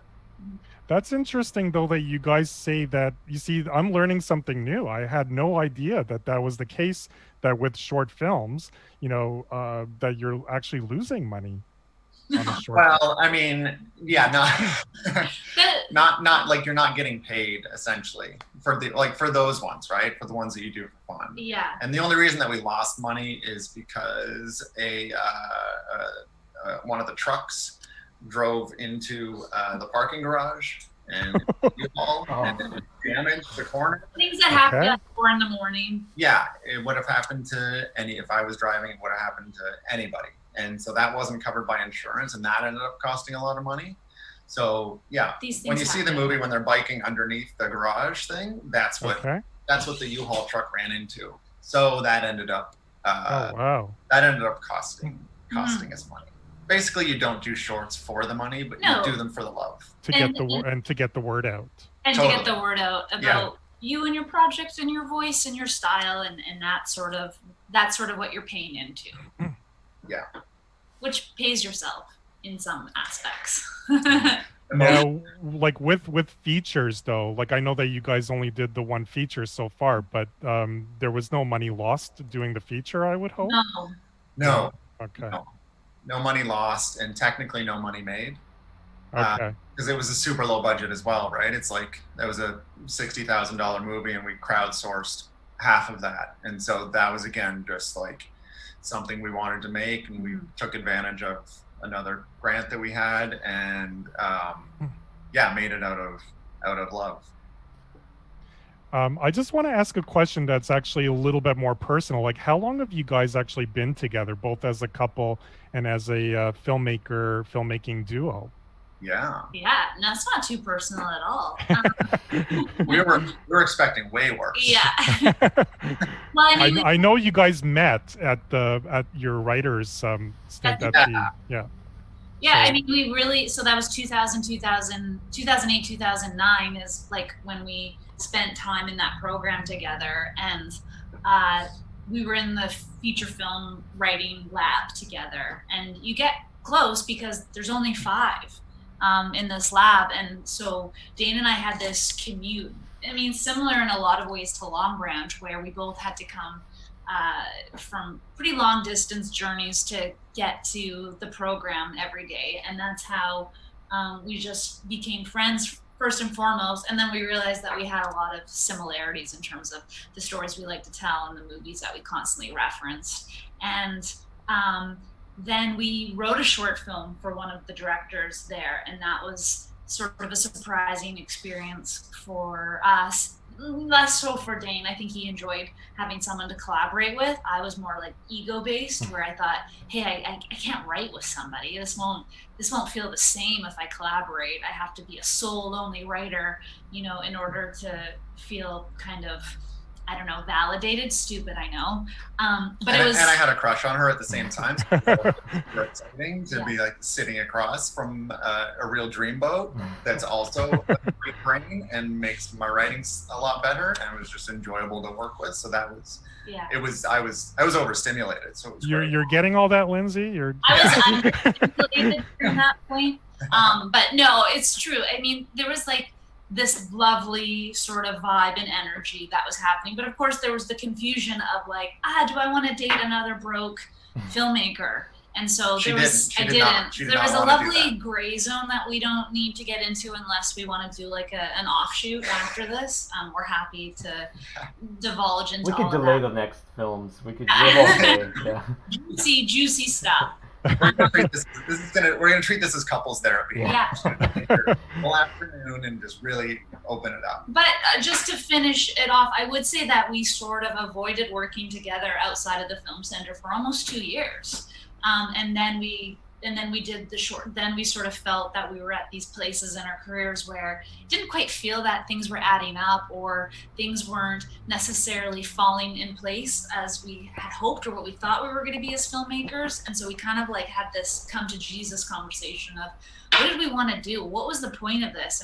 And that big conversation became, we want to be creators. We want people to know our voice. And so we started with Long Branch because it was a it was a personal film to us, and we thought, let's just roll the dice on that one and see how it goes, and it was a lovely experience. And then from there on, we kind of were like, okay, let's do this, and we found our footing making a bunch of shorts, and the feature and web series, and throughout that, gigs along the way of individual writing stints, and whether it was writers' rooms or some directing gigs. But we have formulated ourselves as like a team. And we've been married for 7 years. That's right. Now, so we started dating after that. So we've been together for like a decade or whatever, and legally married for 7. So we're actually going to screen Long Branch, which you just made reference to a moment ago. But before we do, I just want to ask a question very quickly before we screen that film. What was your most memorable experience that you guys can share with regards to your film career? So was it actually making Long Branch, or was it working on the feature length film? I Put a Hit on You, or was there something else entirely different?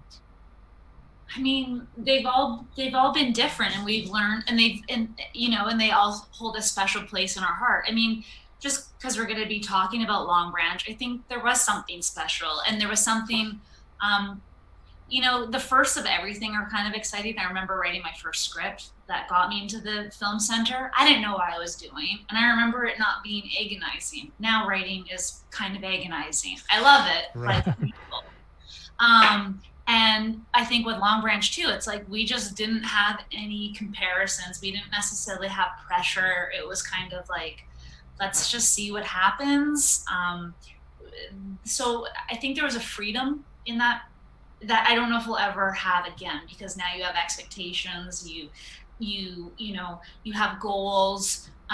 You want to elevate your game and your skills constantly. So I think there was just something really lovely. And I'll give you one particular image. There's a bike ride through a park, and they're doubling, and which was kind of pretty unsafe. I mean, it was an icy path. They're both ACTRA members, and there's no stunt coordinator. This all, of course, stays on YouTube live streaming. And Dane and I would like hold them, like secure them on the bike so that,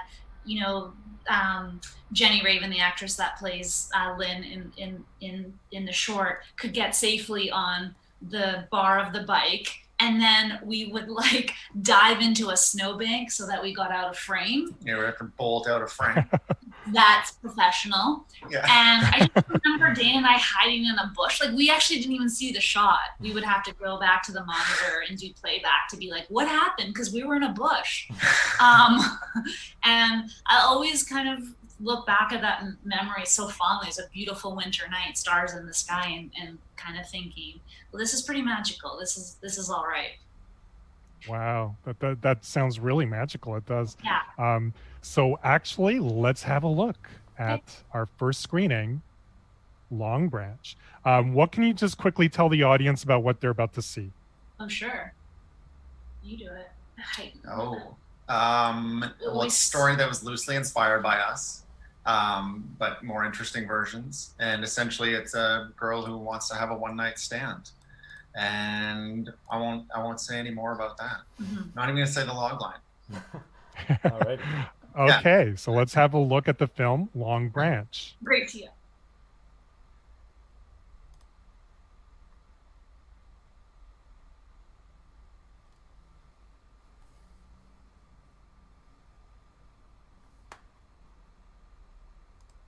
Yep.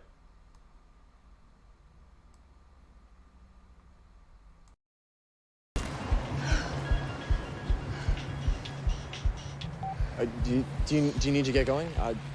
I'll walk you wherever you need to go. It's cool. You wanna f***?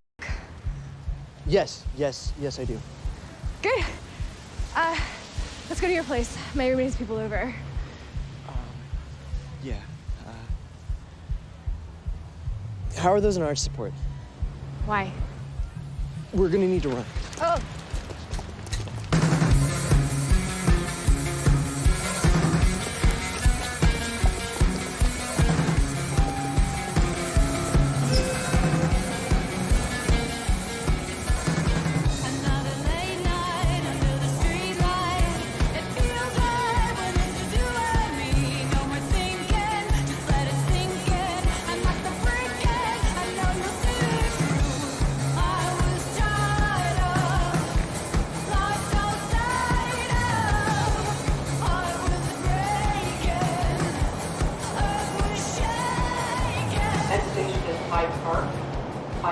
Asian. Seriously, where do you live?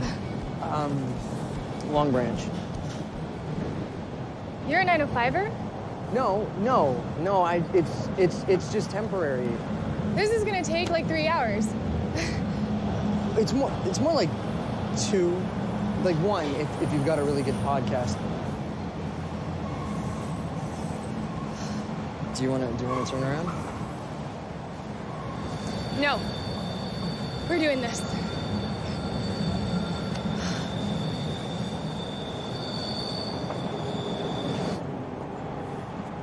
Roses.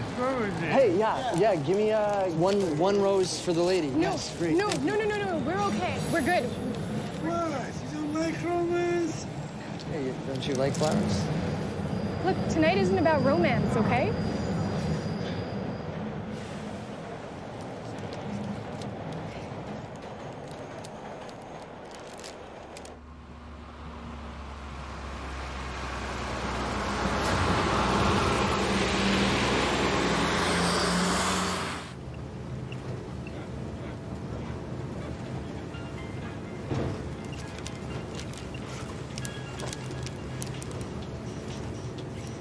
Do you need to get that? No.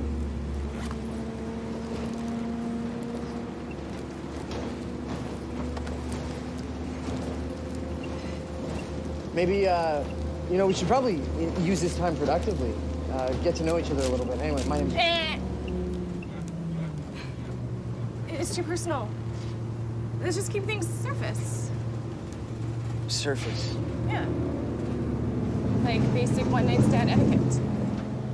Right, yeah. Yeah, okay, cool, totally. Yep.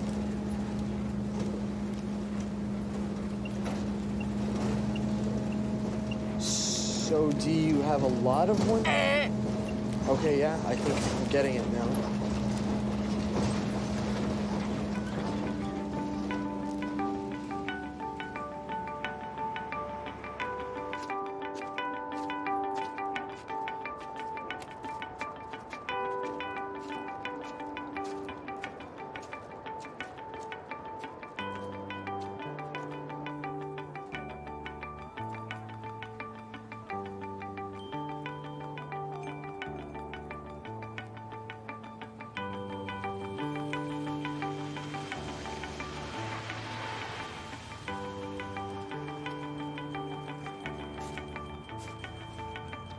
It shouldn't be much longer.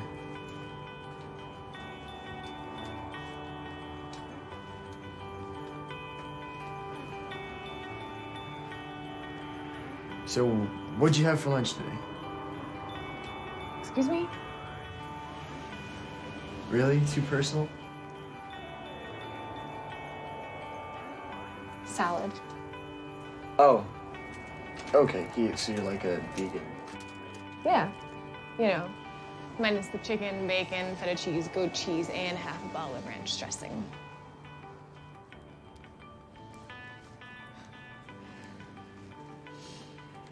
Here. Take my coat. Your coat's not gonna bring back the feeling in my fingers. It's okay, come on. Give me this.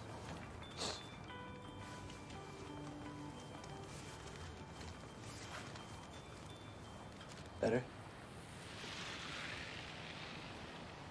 Better.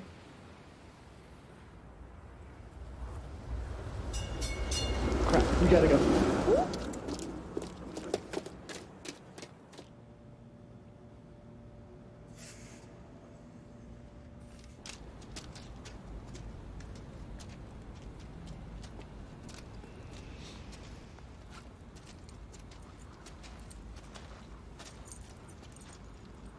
No way.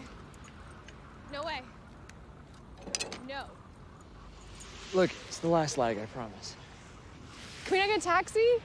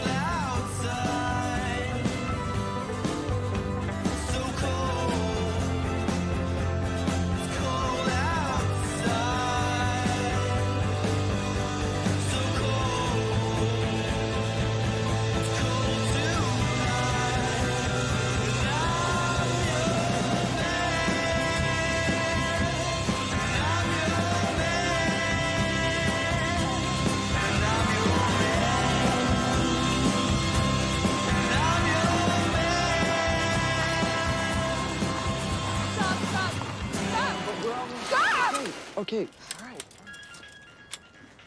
Okay, yeah.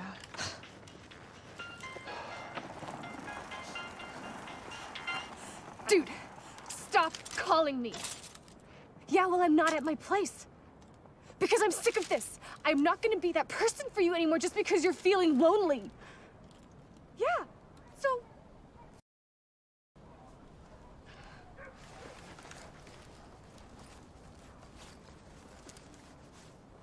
Are you okay?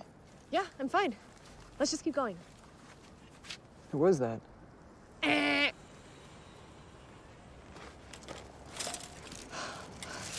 Wait! It was my ex-boyfriend. Do you want to talk about it? Well, there's not much to talk about. He was a guy, we dated, and after a year, he still couldn't spell my name right. Well, I'm not even gonna ask what it is, so... Morning. Morning. Seriously, where are we? Home. Do we get a passport stamp or something?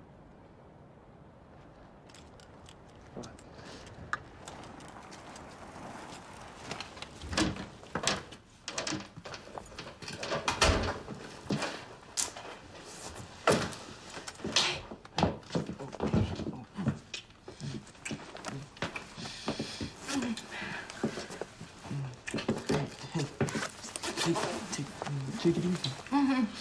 What part of this is where we have sex and you're not getting? Yeah, I don't want to wake up my uncle. You live with your uncle? Yeah, and my aunt and their kids. But it's okay because, you know, I got the whole basement, well, part of the basement to myself. And look, I was gonna tell you, but I knew you wouldn't want to come over if I told you. And I usually stay at a buddy's house downtown. I have to go. What? No, you don't have to go. Hey, just wait. Look, you were supposed to be some random asshole who lived like 5 minutes away in the apartment, and we were gonna have this.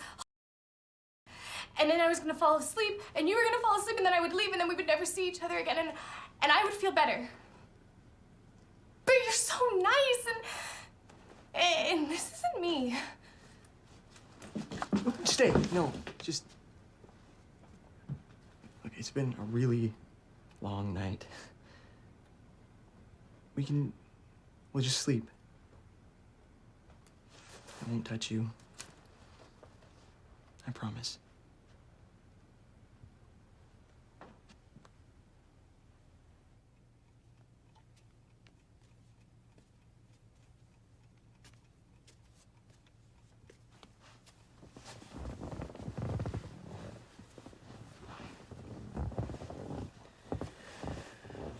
Well,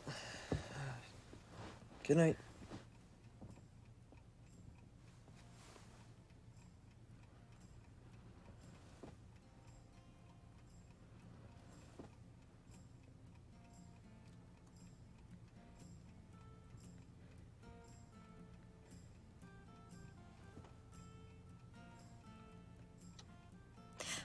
My name's...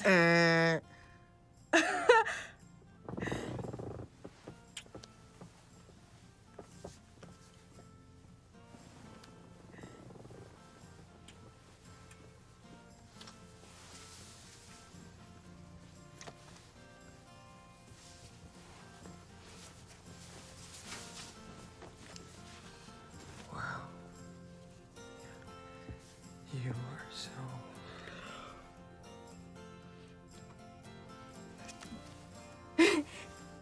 I'm sorry. It's all right. I'm so tired. Oh, God, me too.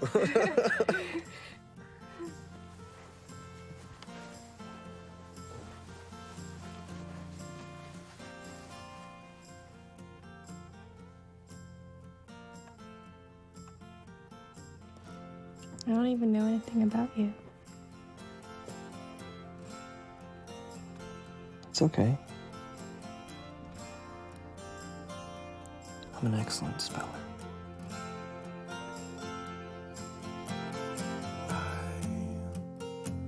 Fell in love with the wolf, And I never knew that I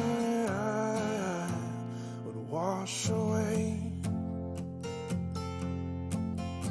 And I spent my life with this wolf until she's coming down the road bearing bad news. And I wash away in the night, wash away in the time, in the crowded streets. And I wash away in the night, wash away in the time, in the crowded streets.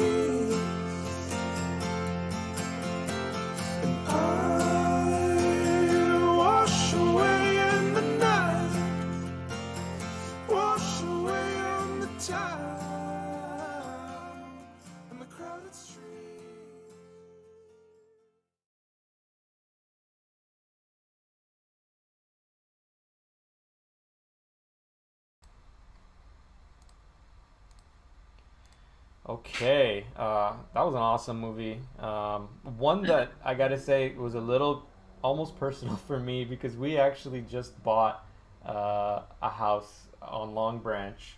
And so my fiance's upstairs watching this, and in the beginning where he's like, "Where do you live?" And I live in Long Branch, and she's like, kind of scoffs a little bit. She's like, "What's wrong with Long Branch?" I hear from upstairs. Nothing. Nothing at all.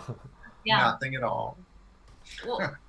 Well, I mean, Dane can speak to why Long Branch wasn't just some random location. It came from a place of, like we said earlier, this is a heightened version of something that, you know, we experienced, which is we were both going to school and go ahead.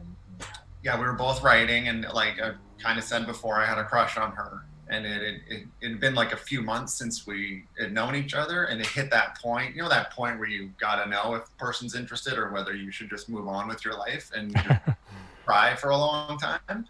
I was like, I need to know.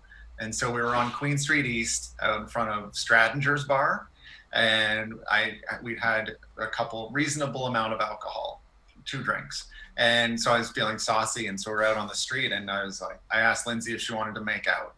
And she was intoxicated enough to say yes. And I was like, amazing. And so we smooched, and it was nice. And then I was feeling gutsy, and I said, do you want to come back to my place? And she said, absolutely not.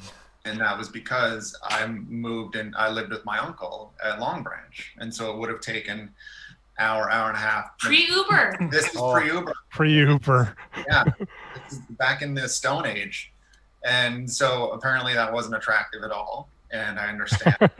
And so that was kind of that was sort of the impetus of how the idea. And when we were thinking about what would be a good short, we started talking about that time, and it just made us laugh thinking about, you know, trying to get to a one-night stand, and the biggest obstacle standing in your way is multiple modes of transportation. I mean, there's no greater buzzkill than having to, you know, transport through streetcars and buses and winter paths and bikes. And so we kind of used that frame of reference and kind of made more of a meal out of it. It literally felt like they were on like so many buses. It was literally like it took so long to get to where they needed to go. I mean, we did that purposely so that you felt how ridiculous it was and how much it just kept like sucking out all that initial start of the film, which is all passion and I want to tear your clothes off, and in the then it's like a buzzkill. Yeah. Exactly. Well, it's nice that you still feel it, because I think the top comment on YouTube right now is, what's she complaining about? It only took 12 minutes to get to his place. Good kids. But I really love how the two main characters transitioned so quickly yet smoothly in the short. Like, you know, it was supposed to be like a one-night fling, and then it looks like at the end that there actually may be some romantic connection. And then I think you guys mentioned in our like behind chat that, you know, this was loosely inspired. by your personal lives. Yeah. Yeah, because we got to know each other on our subway rides up to the film center, right? It's like I had to come in from Long Branch. I'd get on the GO train at Long Branch and go to Union, and then we'd meet around there and then ride all the way up, and how long it takes to get to Bayview and York Mills. And so it was a long time getting to know each other there. And so, we just had a longer, more boring version of getting to know each other than these two did in the film. But yeah, we always liked that, she wants to have a one-night stand and is impatient about it. And he's kind of okay with getting to know her because he feels more for her, right? And so just like that breaking down and the transition of her being more open and falling for him a little bit more and getting off of what she thought she wanted was always enjoyable to us. Yeah. Shaheen, did you have any question or? We got a comment from Romina. She says, Okay. I enjoyed how the amount of time or buzzkill breaks down their preconceptions of what they believed was supposed to happen, and in the end it was better than they expected.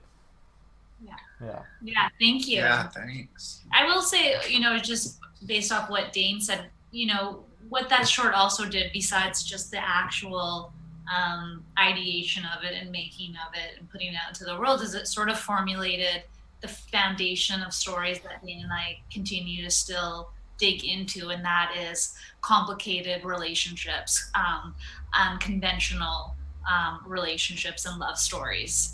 You see it in a lot of our work, and even to maybe to our detriment, to present time, we're still diving into these types of stories. We're working on a TV show right now that is a very sort of taboo relationship. But again, the foundation of all of these still kind of come from the short. It really was it really sort of, I guess, as filmmakers, sparked the kinds of stories that we want to tell and what we're interested in and what we feel like we might even be kind of okay at expressing as well. We have a question from actually one of our other filmmakers. Ryan is asking, curious how you captured the audio. Were there lav mics under their jacket? And if so, how did you avoid sounds of like fabric running against them? He thinks you did a really clean audio throughout the whole thing, and the outdoor scenes, especially in the snow. Oh my God, our sound person would just be so excited right now. Yeah, Sean Van Delft. He's a great sound guy. Works a ton, and yeah, he had them laved and boom whenever available. And so yeah, he's just I have no idea what he does or how he does it, but he does it. Yeah. He did it very well. And then we also did a post on the sound as well to kind of like cut out some of the mic pops or like lower some of the terrible streetcar noises that are in the background and all of that jazz. So yeah, just hire a talented sound person. That's it. Surround yourself with people that are better than you. Yeah. And it really does take a special talent with audio, because one of the things that we always mention in our workshops is, and I always say this, is that people focus a lot on the visuals, particularly first-time filmmakers, not so much on the audio side of things. It's a lot harder to get the audio right than the visuals. Oh yeah. Totally. Yeah, somebody, I don't know who told us this, but that, your film improves by 25% once, you've actually implemented your sound and got to the end of all the polish. And I think it's so true, because as you're sitting through all the edits, which is for a long time, you're listening to, okay audio and a lot of temp sound. And then finally, when that's all filled in, it's like, oh my God, what a relief. Like, it's just... Yeah, it feels like a real movie. It's difference between... But I fall for it every time. Yeah, totally. I think I remember when I took a filmmaking course, I think it was at George Brown, and then my professor actually said people could sit through a movie that has kind of like grainy, visuals. But as soon as people sit through a movie that has bad audio, it's like it screams low budget, bad quality right off the bat. So yeah, that makes sense. And it's a weird double standard too, where it's like you can get all artsy and have bad lighting and all of that jazz, but that style, but the audio, people will forgive it, but they won't forgive bad sound as much. Yeah. Any other questions, Shaheen? I don't believe so, right? No. Let's, okay. Okay, Bickford Park. Do it. What can you guys tell us about what we're about to see? I know, Linsey, you were mentioning a few minutes ago about, you know, the complicated relationships and how you guys tap into those storylines. So what can you tell us about what we're going to see next? Yeah. Well, surprise, surprise, it's also sort of a personal connection to us. I mean, Linsey had an affair with a skateboard. Yeah. That's not true. Nor do I skateboard. I wish Nix that from the video, Shane. Yeah. Well, we're live, buddy. Oh no, we're live. So yeah. I mean, Bickford Park came at a place where, yeah, I think the vision of seeing this woman, this, you know, adult woman in her mid-30s taking skateboarding lessons just made us laugh. But then when we kind of dug to the deeper part of it and tried to see if this was something we wanted to roll with, what we kind of got deeper in exploring was that this is a couple who, you know, struggle with the with the situation they're in, and that is he's an artist, he's creative, and how that sort of affects a relationship and how it you know, and how it can be really hard on a relationship. And I think when Dane and I started to tell this story, we realized that, you know, we were also exploring something that is a constant balance for us, whereas, you know, we're in a relationship, but we also work together, and it does take its toll. And I think for this couple, we're fine, guys. We're okay. We're gonna make it. But I think that's the part that seduced us, was that in these times of being with somebody, especially when you're with a creative person, but it doesn't have to be a creative person, just in any marriage, you're still individuals, and what you bring to the table can be quite you know, exhausting to the other person. Mm-hmm. And I think that's kind of what we were dissecting, and that this really was about a recalibration for this couple. This was about them being like, uh-oh, we got into the danger zone, and it's really about, okay, we're there, so what does it mean? What are we gonna do about it, and where do we go from here? And those were kind of the themes that we were exploring in that particular film. Mm-hmm. Okay. So Yeah. Let's let it roll. Alrighty.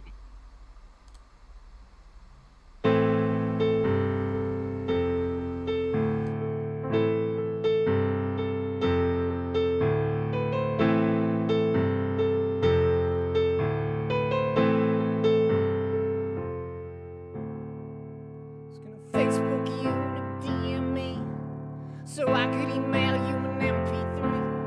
The thing I saw on TMZ, but it just seemed like too much irony.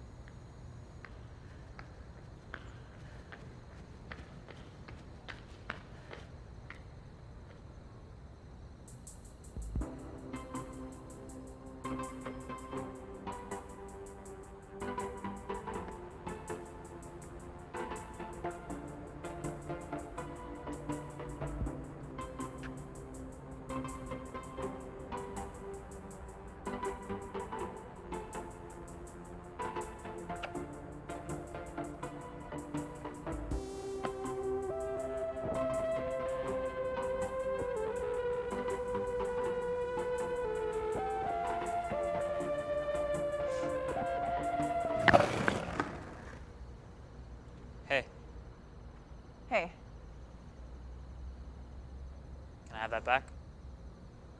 I didn't know it was yours.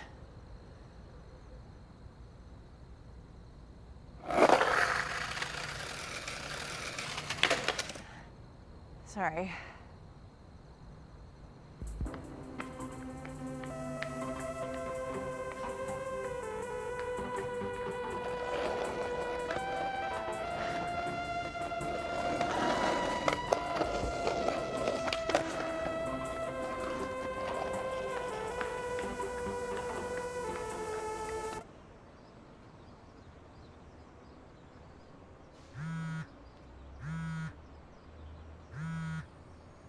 Hey. Hey, are you on your way home? Just leaving work. Great, because we're out of dates for smoothies. So? Do you mind getting some? Haven't you been home all day? Yeah, I know. I meant to go out, but just got pretty deep into it today. Anything else? Oh, that's it. Thanks. See you soon.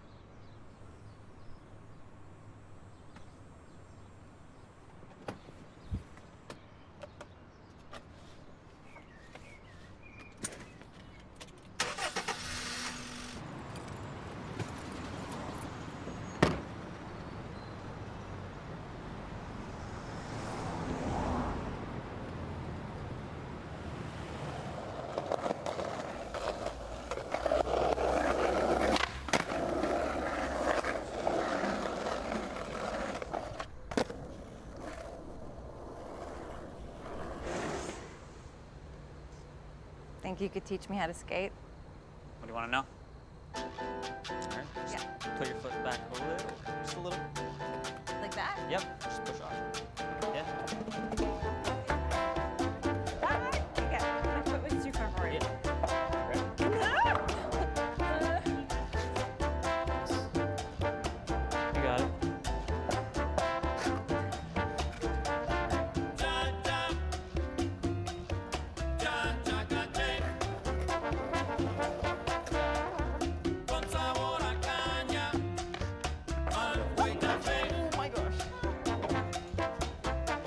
Nice.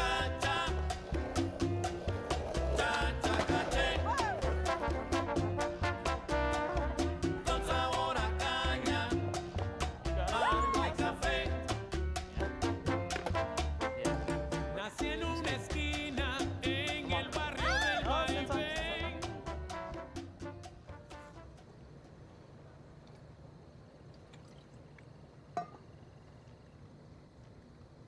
You really shouldn't eat that. Why not?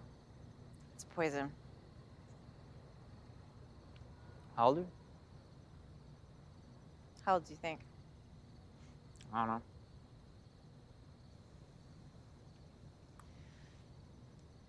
$35.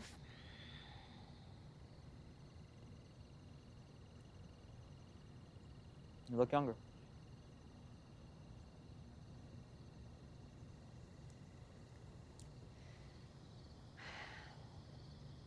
It's nice here. Yeah.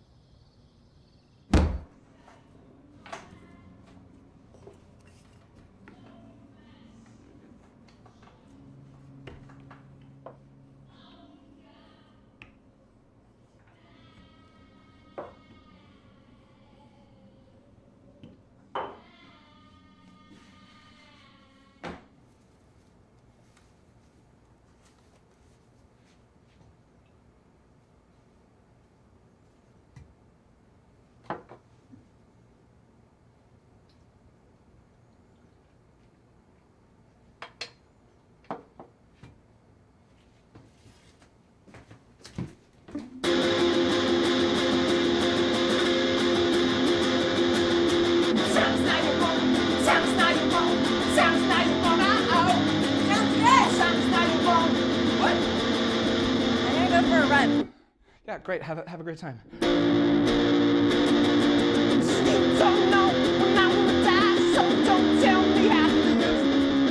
Smash my mom, steal my lungs, don't tell me how to live.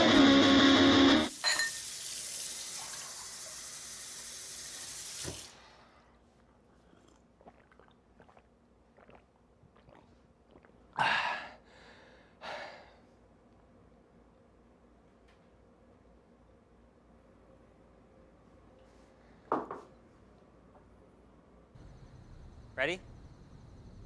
No. Just keep your knees bent. What if I die? You're not gonna die.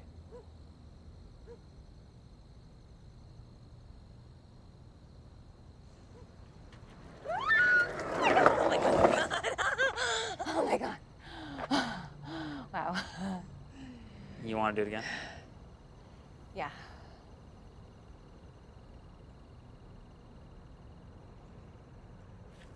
What are you doing here? Is this yours? Yeah.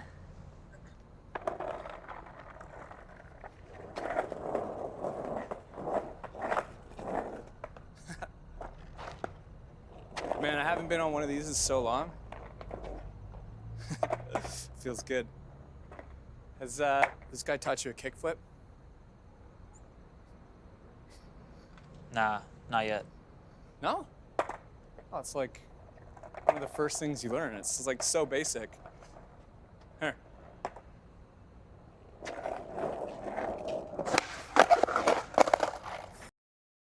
Let's just go home. No. I got it.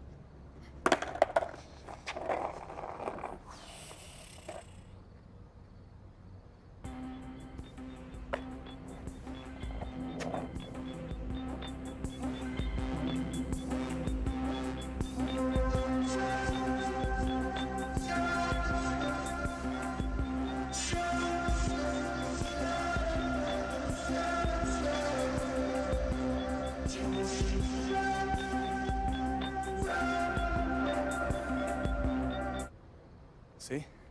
There's nothing to it.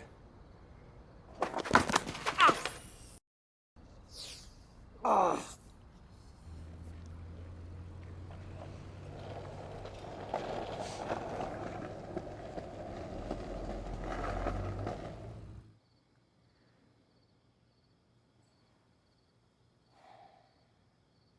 Can I get you anything else? Do you think you married a loser? What? Do you think I'm a loser?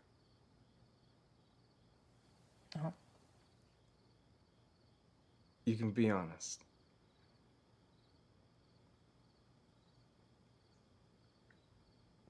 I think sometimes this is hard.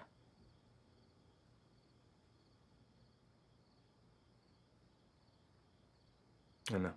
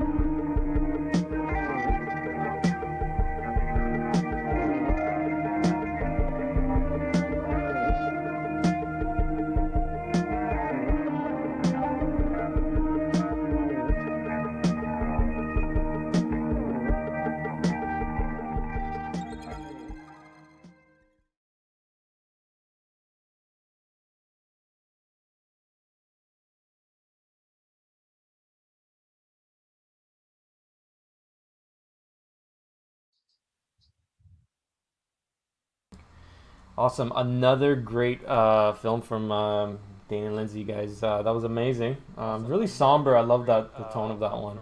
So, yeah. Yeah, it's not as happy-go-lucky as Long Branch, is it? No, but still Yeah, has its we're own vibe. Yeah. Yeah. One of my questions actually was going to be the decision to shoot this film or make this film in black and white. That was my question. Oh really? Okay, so you see, great minds think alike, Shaheen. So obviously that was a creative decision, and I take it as maybe I'm reading too much into it, that it just added to the kind of the somberness and her unhappiness in the marriage. Totally. Okay. I mean, I wish we could say something more enlightened or interesting about it, but the fact of the matter is Dane and I always wanted to shoot something in black and white, and some of our favorite movies, well, I mean, I feel like they're in the realm of our top movies, are like the Francis Haas, and there's this great Quebec film called You Say It. Tudor Nicole. That's beautiful. Thank you. And if you haven't seen it, it's fantastic. But so I think we were trying to find what that sweet spot would be to do something that we do while not feeling like we were trying too hard to, because here's the other thing about black and white is it can come across as pretentious and unnecessary and all the things, and Cliche. I've heard the word cliche thrown around a bunch or of times. unnecessary. Yeah. Right. But I'm so glad we did it too, because we would see it in color at times on set, unless like if the monitor hadn't been set for us to see it in black and white, and I would hate it in color. Like, no, for whatever reason, that's the film that danced in our head, and it was that's how it looked to us. And you're right, the ennui of it and the somberness and just sort of the quietness and the stillness kind of added, complemented that look. And our joke answer is that we thought if we put it in black and white, then we would finally get into TIFF. We just hit that artsy, pretentious button, and it worked. It worked. That's the first short that played TIFF. So just put everything in black and white, and then that's the secret to the success. joke's on us and them. Do we have any questions, Shaheen? We have a lot of great comments. Romina is talking about, again, the black and white tones, the music, how it romanticizes the narrative, enjoys the contrast of the types of shots and music between her life and her partner, and this new exciting fling with the skateboarder. So I just wanted to ask one more question before we go to our next filmmaker, Ryan. The end scene where she placed the skateboard, I take that as her way of thanking the team. Am I incorrect? I can't remember exactly what her position on that was, but we were debating about that ending. Yeah. You're totally right. I think, absolutely. I mean, go ahead, Dane. Yeah, it's a sacrifice. It's a thank you. It's a, I won't be returning, but thank you for this time in my life and like being this figure of change. And like, yeah, it's a gratitude. She's giving up, but she's passing it forward to him and saying, thanks for not ruining my marriage, but changing my life. Yeah. And this kind of stays here. This is where this is the end of the road for me in this phase, but recognize that it helped. Again, I'll use that word, recalibrate them. It reset them, and she didn't need it anymore. She didn't need that anymore. So if Ryan doesn't mind, and because our chat has been so helpful and so awesome and supportive, I have one very quick last question for you guys. Hopla213 wants to know, there's a scene in the beginning of the film where the protagonist is running. There was a high shot, and they're wondering how that shot was taken. How did we do that high shot? Oh, when she's running, do we have a high shot as she came into the skate park? That's just steady cam. Yeah. Everything was steady cam. We might have had a ladder. That's so funny. This is a terrible way to end. We'll host another panel with you guys next year, and you can answer that question. Yeah. Ask us next year. If I'm thinking of her running into it, we had a ladder. But everything during the running shot was Steadicam, whoever asked that. Are drones in the future of filmmaking for you guys? We're not against them. No. Yeah, We're it's a cheap way of getting the crane shots, right? Yeah, Yes. yeah. Try anything once, but not. Well, this was absolutely phenomenal, guys. We absolutely enjoyed having you here with us today. We thank you so much, and we look forward to seeing many more films from you guys, shorts, features, and maybe in the future I'll reach out to you guys and we can do this again when you have another couple of films. For sure. Yeah, you know where we are. Thank you so much for having us. We're going to make more films just for you so we can do more of this. It's all for you. Thank you, guys. Thanks. Really loved having you here today. Thank you so much. Thanks for having us. Good luck, Ryan. You got this. Thank you.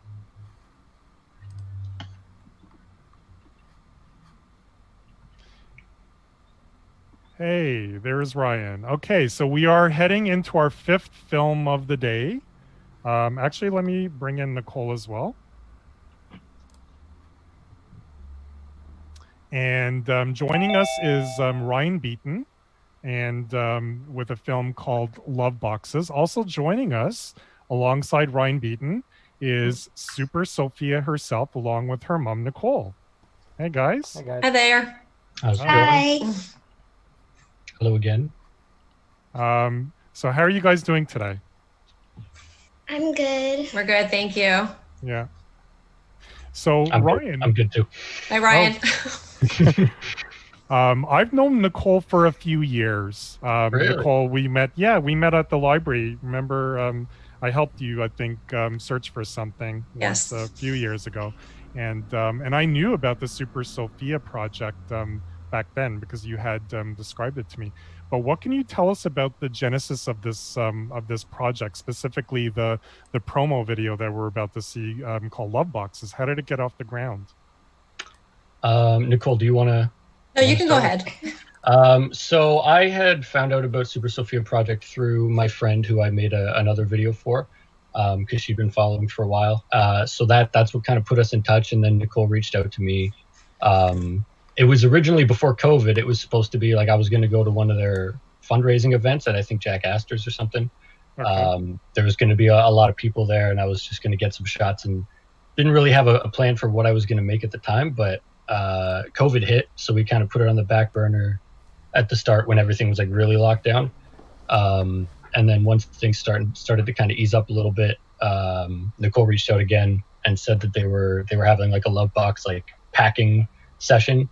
And then Nicole and Sophia had a script made, and then so I just went out, got some shots, recorded Sophia nailing a script, as you'll see in the video.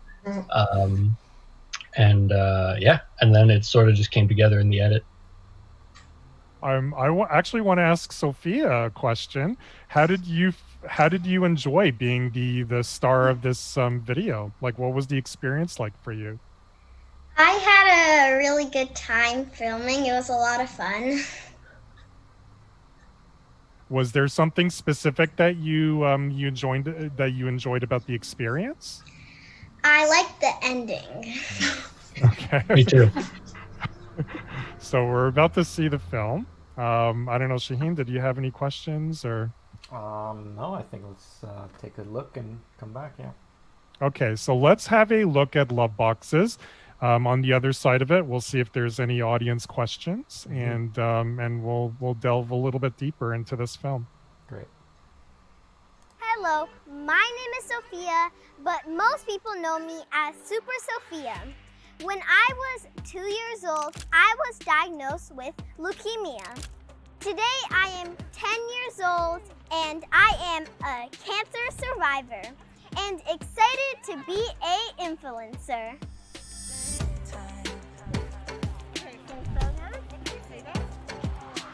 I am the girl behind the Super Sophia project. I believe it is important to help others and especially to be there for them when they are going through difficult times. When I was a toddler at Sick Kids Hospital, a nice custodian gave me a sticker book. This small gesture gave me so much joy. It was that little act of kindness that eventually formed the Super Sophia project. My parents saw how happy I was, and they decided they wanted our family to be a model of hope. Our primary mission is to send love boxes to mostly cancer-stricken children during their hospital stay. We have connected with over 10,000 children in Ontario. This is our 4th year and we are still gifting kids.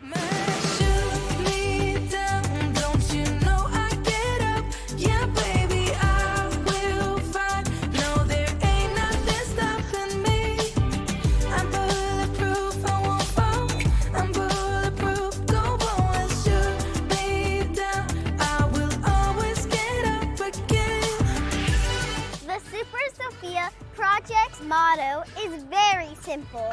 Be kind to each other and spread love. Ready? Yeah. You want this? Delivery for you. What is that?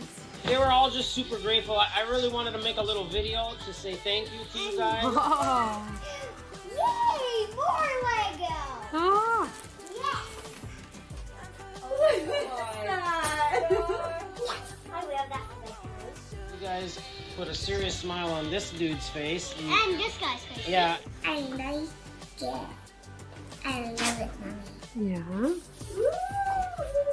these are cool. I love these. And I'm gonna go get my favorite toy. And Hold on. Isn't that like so sick? Thank you. Thank you. Thank you so much for all the toys today. The Super Sophia Project wants to make a positive difference in this world. We would love it if you would join us.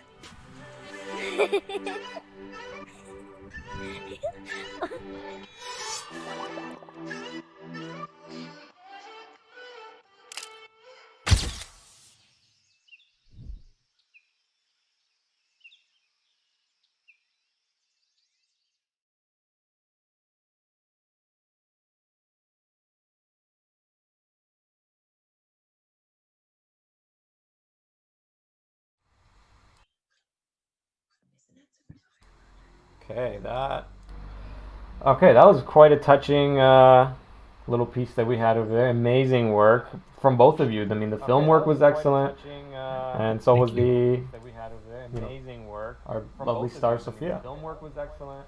And actually, my first question is going to be directed to filmmaker Ryan. So I had a look at your demo reel on your website.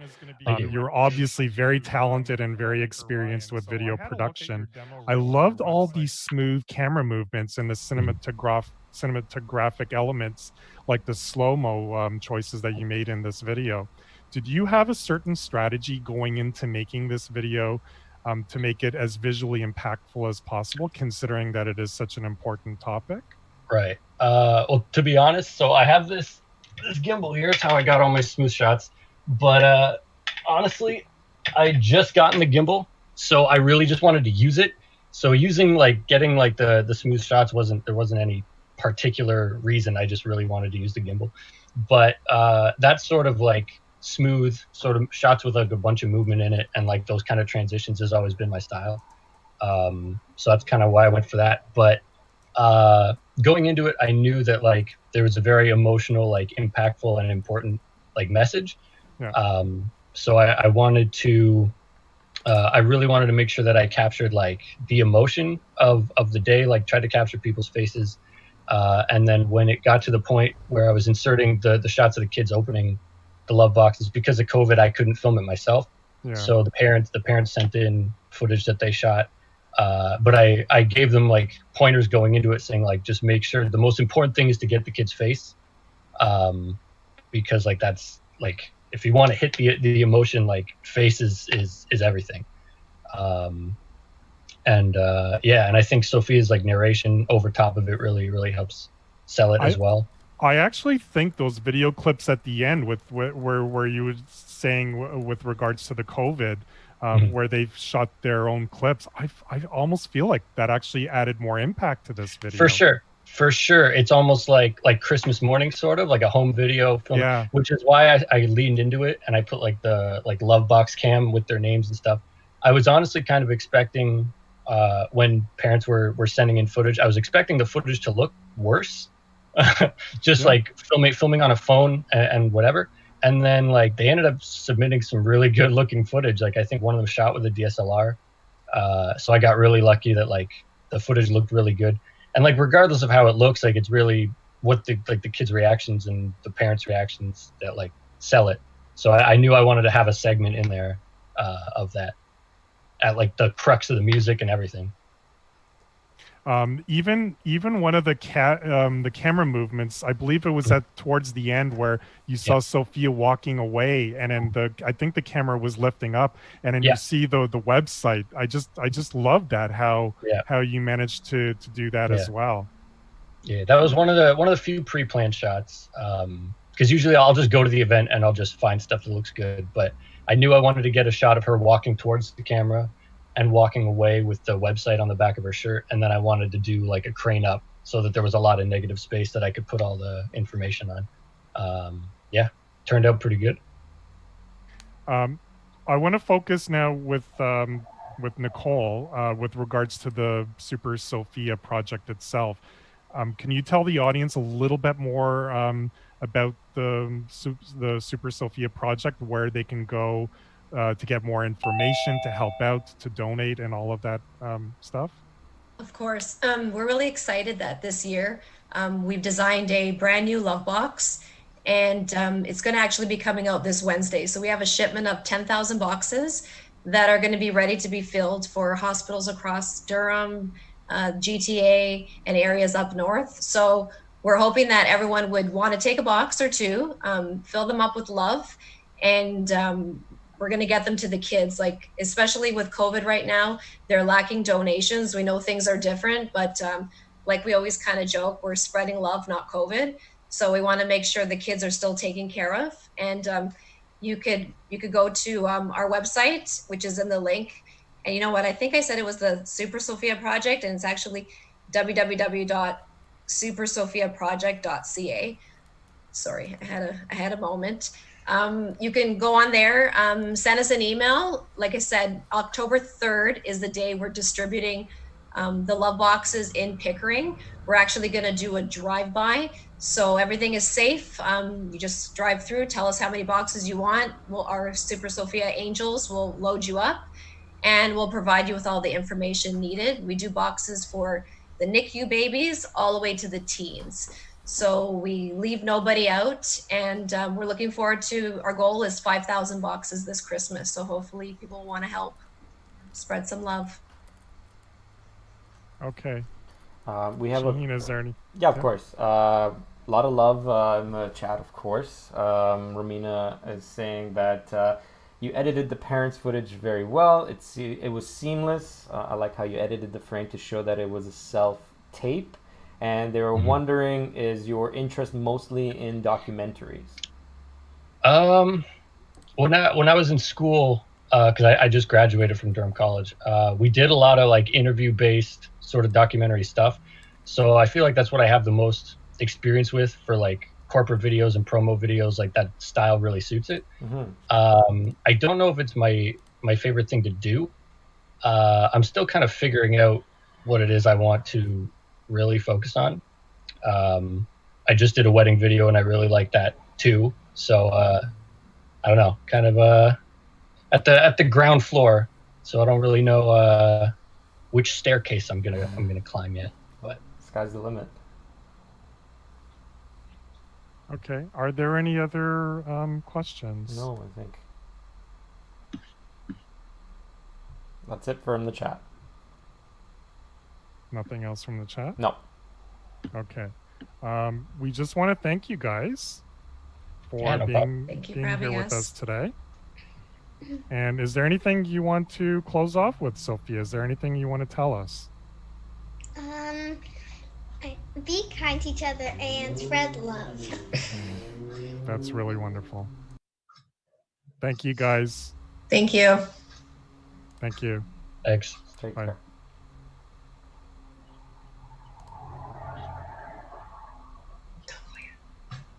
Okay, so we are just waiting for our next filmmakers to appear in our Zoom queue. So we may just have to pause for a few minutes until we see what is going on.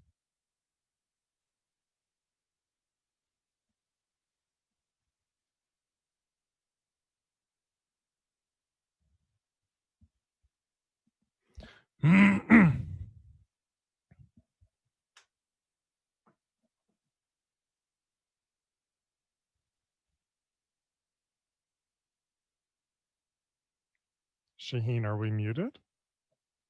Okay.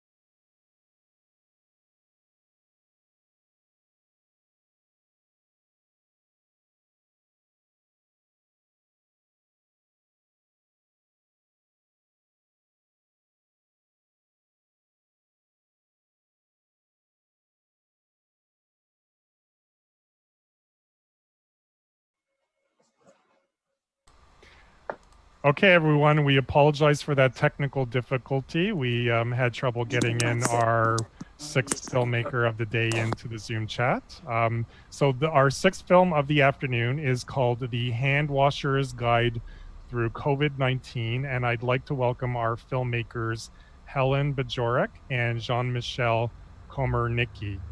Hello, Helen and Jean-Michel. Thank you. Sorry for the delays, the technical problems. Okay, that's okay. This is show business. I'm sorry? This is what happens when we go live. It's totally okay. Yeah. Yeah.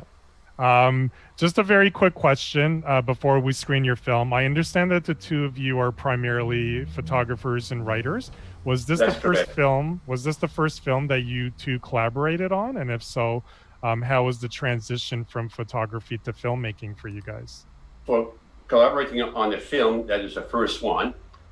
Helen has made videos before, and decades ago, I worked with film, 8mm, 16mm, and so on. Terms that most of your viewers wouldn't even understand. I remember. Did editing on the Moviola, used Reflexes and Bell and Howells and Bolexes and so on. Decades ago. Mm-hmm. But we are, like I'm primarily a photographer and book designer, and Helen is a educator and writer. So we, and this is the second relationship for the two of us. We have, for the last 10 or so years, collaborated a lot on visual and writing. And a opportunity came to do a very short film using very limited equipment as was required by the submission. And so that's the result of that. That's right, yeah. And I've done some film when I was in university, again, a couple of decades ago, but one of the films that I'm very proud of, which is also a little bit old, is a film entitled Our Grandmothers Ourselves, which is a film of women speaking out of the writing about their grandmothers, all immigrant grandmothers to Canada. And it comes from the title of the book, Our Grandmothers Ourselves, edited by Gina Valley of Toronto. Okay. So let's actually have a look at your film now. What can you quickly tell the audience about what we're about to see? Sure. You want to go ahead?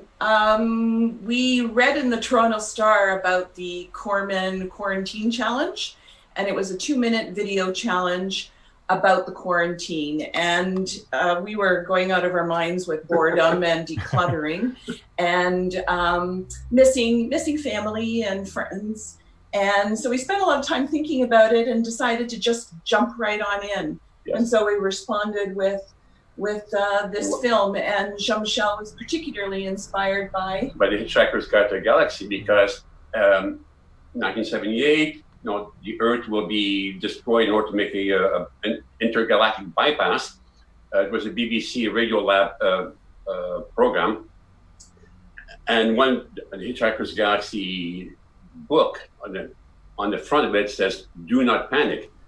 This is COVID time. Do not panic." And people were panicking in the early weeks, and we were quite astonished and amused. So this is a bit of a response. Okay, so let's actually have a look at your film right now. Sure. Okay.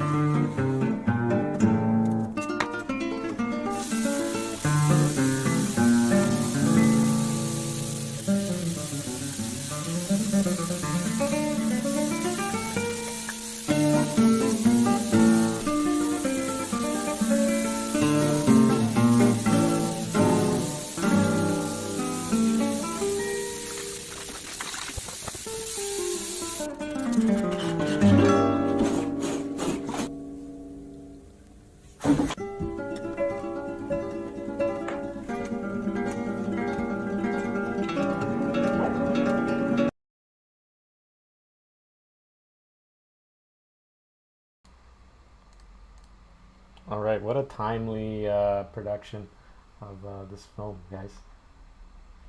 So my first comment actually would be this, Jean-Michel, that literally was me early on in the pandemic. I remember receiving deliveries from Amazon, and I'd go out to the garage with gloves. So, I wouldn't even bring the box into the house. So I just wanted to throw that one in very quickly. We tried to make it as relatable as possible from what we were hearing from people. My first observation was that the film was shot in portrait mode as opposed to widescreen landscape. Was that an intentional creative decision? Yes, because the specification of the challenge were to make the film using strictly a smartphone, only at your home, only with whatever lighting you had in the home. So absolutely no cinematic equipment at all, and it had to be shown on is it Instagram? Yeah, to be able to be shown on Instagram. So it limits portrait mode. Yeah, portrait mode. Very much not the way that all cinema is that we see horizontally, right? Anything from the usual formats to CinemaScope and so on. So yeah, it was deliberate in order to fit that particular demand, and only using in that case it was an iPhone. That's right. Yeah, and it was my first time using the iPhone to film as a video, and I really had to practice at holding it steady. You can't see any jerky movements finally through the editing process, which Jean-Michel did. It's not as easy as one thinks. Although we had a storyboard that we had designed that we worked on for quite a bit before that. Kind of like my grade 8 students when I would have them do storyboards for their own work. Okay. Are there any questions from the audience? As always, a lot of love. Romina says, a lot of love. Quite comical. The sped up footage and music really drove in the paranoia, which absolutely I agree with. And Emma Armstrong says, nice film, Auntie Helen. Oh, that's sweet. Emma's studying nursing at the University of Ottawa. So thank you for taking time out of your intensive studies, Emma, to watch us. So Romina asked a quick question right now. Do you prefer restrictions when filmmaking? Well, you have, in any of the art projects that we work on, you always have restrictions, be it that the format that you're using, the time length that you have, the subject matter that you want to present. So if you have zero restrictions, either imposed by a client, say if somebody asking you to design a book for them, and they say it's going to be 100 pages, no, I plan to go for 200 pages. So it's important to have some restrictions. I recently wrote a short story for a competition, and the restriction was you had to respond to an image. And as much as images and photography are a huge part of our life and our days, I found it quite a challenge to be limited to writing on spec. And so that's right. So this year we've done several projects where we have approached things based on restrictions and based on specs. And it's been a unique and interesting challenge. Not a preference though, I would say, because you're trying to respond creatively to a formatting or some kind of template or a vision that someone else might have. And it's nice to be able to just work creatively and forcefully with your own vision. Mm-hmm. Well, such like the 5-minute film festival, 5 minutes 1 second is out of the realm. Yes, so it's important to know what you're doing. If you write poetry and you want to have the reader see it correctly, so how you actually lay it out on the page, so you don't have, for whatever reason, like a last line that you have to flip the page over. It requires work by both the poet and the the page layout person. Kind of So stuff. it's like I like the analogy of the poetry because it's like writing a long spoken word poem versus writing a haiku. Very different styles, very different approaches, even different voices. And your speakers at the intermission were talking quite a lot about the voice in your craft and your art. And when someone else is directing that voice, it does have an impact on you. But when you are directing the voice, then it's open season. There's a matter of what is your audience? So do you create something just to out of pure self-interest, or do you have a reason to show it somebody who will have a reason to spend their time, be it 1 minute 58 seconds or 5 minutes or 3 hours on a lengthy movie, like The Good, Bad, and the Ugly. So again, another contrast: different audience, different times, different perspectives, different voice, different purpose. All of those things matter no matter who's creating. And you can see from all of the productions that you're screening today, all uniquely and interestingly different from their own perspectives, their own voice, their own experience. It's just really, really nice to see such a variety. And in terms, again, restrictions, and this in our short video, we restrict ourselves to the words to be taken from the Hitchhiker's Guide to the Galaxy. So they're not our words. They are straight out of the Hitchhiker's Guide to the Galaxy to make that fit to the imagery that we use at the time. And to the times, to the events of the times. We also just simply wanted to have fun. We Oh, of course, really yeah, had a Which is lot the of most fun. important part. Yeah. Yeah. Well, we just want to thank you guys Thank you. for being with us today for the 5 Minute Film Festival Gala. Yep. And thank you so much for being with us and submitting your film. And thank you for your thank you very much, patience and thank as you for your well with the patience. technology. Thank you. Cheers. Pleasure. Au revoir. Thank you. Okay, so folks, we are just about 5 minutes behind schedule right now. And we're just bringing in our 7th filmmaker of the day.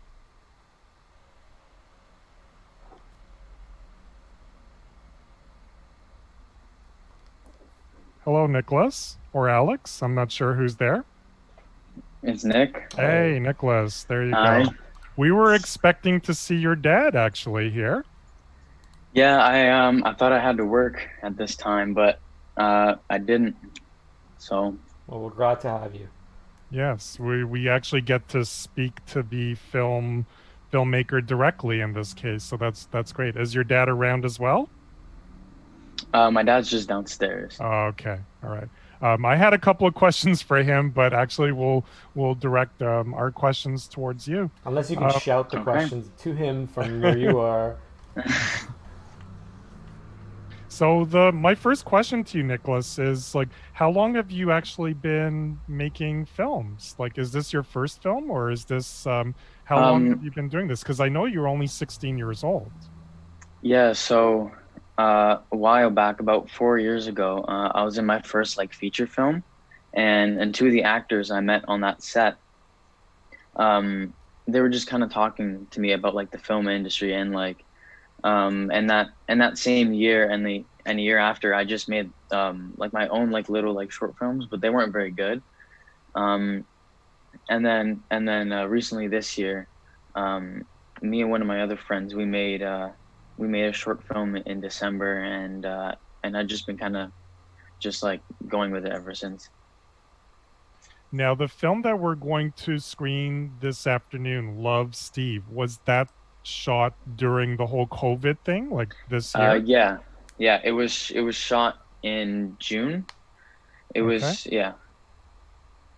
And your father was heavily involved in the making of this film as well. Do you want to briefly describe, this was obviously a family kind of thing that you guys did. So can you talk a little bit about how you got your dad involved in this? Yeah, well, so my dad went to Ryerson for radio and TV production. So he knows all about this stuff. And so he helped me like film it, and he just helped me like kind of like navigate on like certain ways, like how to do stuff, and yeah, like he was in it and he helped film it too. So you directed it, I believe. Your dad was like in charge of like the camera work and all of that, correct? Yeah.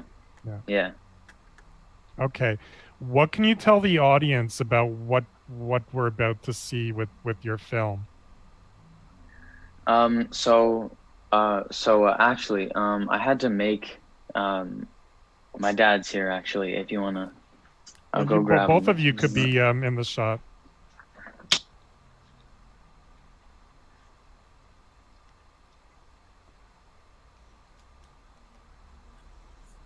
So, this is my dad. He helped film it. Hey, Alex, how are you doing? I'm well. How are you? Good. Thank you for joining us today alongside Nicholas. This is amazing. We have both of you here. It was great. Thank you. I've been having fun all afternoon watching this actually, so it's great. We're just about ready to screen the film, but Nicholas, what can you tell the audience about what they're about to see with your film? So this film, it started out as an assignment that I had to do for one of my school projects, and the assignment was like we had to make like a multimedia assignment about like mental health issues, and so I chose to do a short film, which is what this is about. It's about like mental health issues and like anxiety and depression, and so yeah, that's basically where it came from. Okay, good. So let it roll, Shaheen. Alrighty. Let us watch Love, Steve.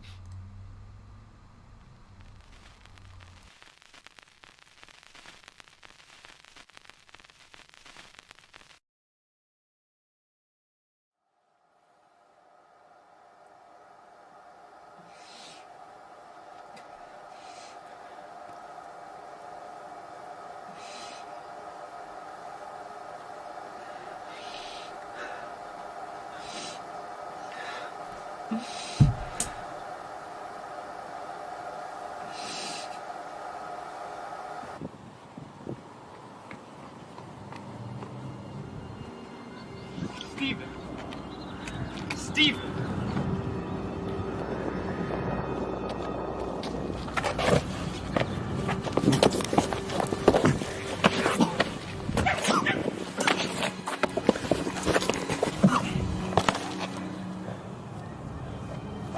That's it! That's all you got! Get up!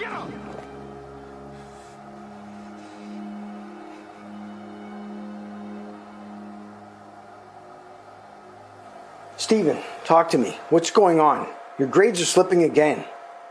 You're gonna fail if you don't get your grades up. We don't want that, and I don't think you want that either. When are you going to get it through your thick skull, Steven? In order to get anywhere in life, you need an education, and right now, you're not going anywhere. Reg, calm down! You make me so frustrated. You won't amount to anything if you keep getting grades like this. You'll be working at McDonald's for the rest of your life. How does that sound? You good? Reg! Fine. I'm done with him anyways.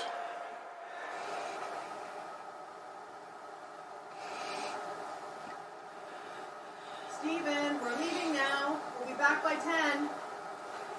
Okay, bye.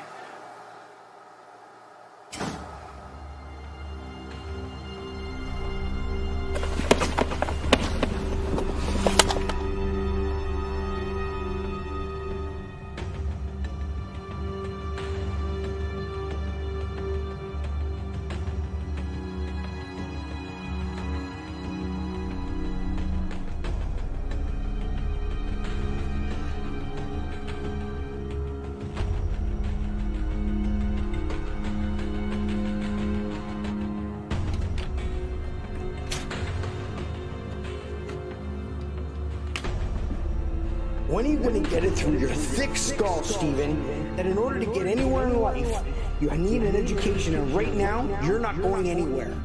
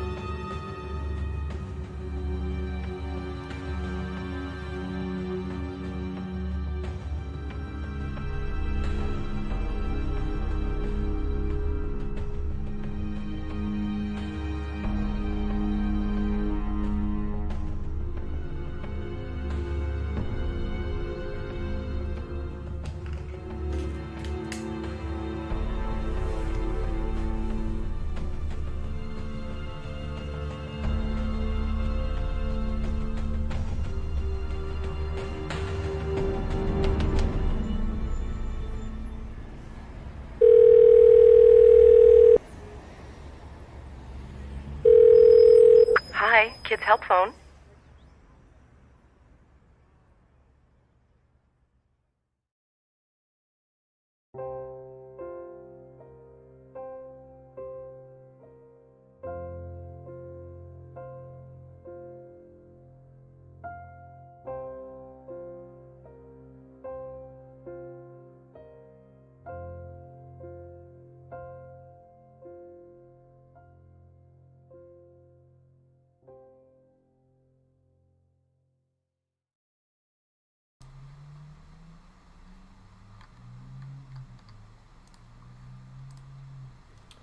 Okay, fantastic. Very personal film there, Nicholas. Wonderful stuff. Okay, Very powerful. You know, the important and timely topics such as bullying, verbal abuse, and teen suicide. Now, Nicholas, I know earlier you said that this was more or less of a school project for you, but making this film, was there, you know, did you personally know someone that was going through something like this and you wanted to channel, you know, their unfortunate circumstances? You know, like what inspired you to make this film? Nothing personal. Like I don't know anyone personally who's gone through that, but I think just like just like what you hear about it, and like and how you hear that other people are like treated in the world with like with these mental health issues. I think that's where like the inspiration came from. Yeah. And I know Alex, so my question is to Alex. You know, the whole thing about the verbal abuse coming from parents. I know that you helped film this movie and you were actually in it. You know how they say, you know, words are more impactful sometimes than you know, than anything else. So do you have anything to say to that effect when, you know, helping Nicholas make this film? Yeah, it was a little you know, eye-opening for me because, you know, you're a parent and you get upset with your children like anybody would when maybe they don't do things that you think they should. I don't know. And realizing that, you know, maybe I do sound like that sometimes, or have sounded like that in the past or something. It's eye-opening. You realize, wow, I may have actually bullied my kid. You know, I don't know that I do, but and I don't think I do, but you know, it is possible because of the way that you react to things sometimes. So it was eye-opening. It was really interesting to see that and to see that from his perspective and perspective on films. Mm-hmm. Shaheen, did we have any audience questions? Questions? We had a lot of support as usual. A lot of fans in there. A lot of comments on the choreography, for sure. They said it was excellent, especially in the salt. Very believable. I thought so as well. Yeah. Now, Alex, Nicholas was that was going to be one of my questions actually. When we kind of knew that it was just going to be you and not Nicholas today, I was actually going to ask you what your background was. You know, if you had any film experience. Obviously, helping Nicholas out with this film as director of photography. So you do have a film background? Well, I have a radio and television broadcasting degree from Ryerson. So I don't do that. I'm a director of security operations and IT. Okay. years, but you know, this is was a passion for me and something that I really wanted to do. So the fact that Nick is interested in this, just, you know, it's great because I just get on board with that. So yeah, you know, and Nick being in a feature film a few years back just brought all of it back and just got me all excited to do this stuff again and just be there to help him and support him. So it kind of rekindled something that you had deep down inside of you from your background. Yeah. Just a lot of fun. Just a lot of fun watching him go through this and how good he is at doing this stuff. So it's great. So proud. I also love many of the creative and cinematographic decisions that were made in this film. So do you feel, and this is a question to Alex, I guess, do you feel that Nicholas's directorial vision and writer of this film was achieved with your, you know, with your help with the photography elements of it? Listen, he did most of it. He told me exactly what he wanted, and I, you know, from a few things that, you know, I might have maybe suggested here and there, but realistically, it was nothing compared to what he actually did all of it himself. He, you know, choreographed the fight scene, the shot list, all of that stuff. So it was just fun to do, and it's fun to watch that progress. So.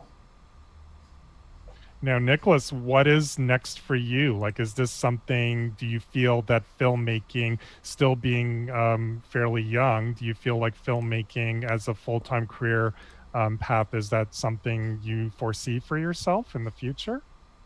Yeah, definitely. Now, what is, like, you, because I know that you were both director and actor in this film. What is actually your preference? Do you feel more comfortable in front of the camera? Because your acting in this film was actually phenomenal, by the way. I felt like it was very real and raw. Like I actually felt it. But do you feel more comfortable behind the camera or in front of the camera as a filmmaker? As of lately, it's been more so behind the camera, but I would still love to do both directing and acting. Okay. Do we have any other comments, Shaheen, or questions? Again, just lots of love from what I assume are Nicholas's fans in the chat. As well, a lot of love for Alex too. So great job, guys. All right. I don't know if we got, because we have another couple of minutes with you guys. I don't know if we did we get into, you know, what gear was used, like what camera which camera did you guys use to shoot this film? Not next. Yeah, I used my sister's Canon DSLR EOS SL2, and then so literally just the camera and a tripod, and that's all that it was shot on. Wow, just very simple. Just two pieces of gear, really, right? Mm-hmm. He's still saving up for his camera. Yeah. Okay, well, it was really, really fantastic to have you guys join us today. Having you both here was just extra. Great. You know, it was just fantastic to have both of you here. For sure. Thank you. And please feel free to hang around if you can. Watch the next film, and we'll get into the award ceremony after all the films are screened. Okay. Okay. Thank you, guys. See you soon, guys. Okay, so let me just admit Romina. So we are now heading into our last screening of the event. I know that we are a few minutes behind, so we're just asking people to stick around. Let's do the final screening and Q&A, and we will leave some room towards the end for voting. I would say, Shaheen, we're probably going to give a 5-minute window. We can give a little bit longer, just to be fair. We've run a little bit over time. So I think around 4:45, 4:50 is when we'll go to our awards, just to give our last film enough time to get some votes going. Only to be fair, because since they were last. So. Okay, so I want to welcome our next filmmakers, Romina Diaz-Mates and Chris Rodson, and their film is called The River. Hello, guys. Welcome to 5MFF. Thank you. Thanks. And how are you guys doing today? Good. Yeah, excited. Well, how are you? We're good. We're getting a little tired now towards the end of a 4-hour event, but so far so good. And thank you guys for hanging on till the very end. Your film is the last screening, but also the fact that we're going a little bit over. So thank you for that first and foremost. Thanks for being so alive in the chat as well. A lot of great support and questions from you guys, so we appreciate that. Yeah.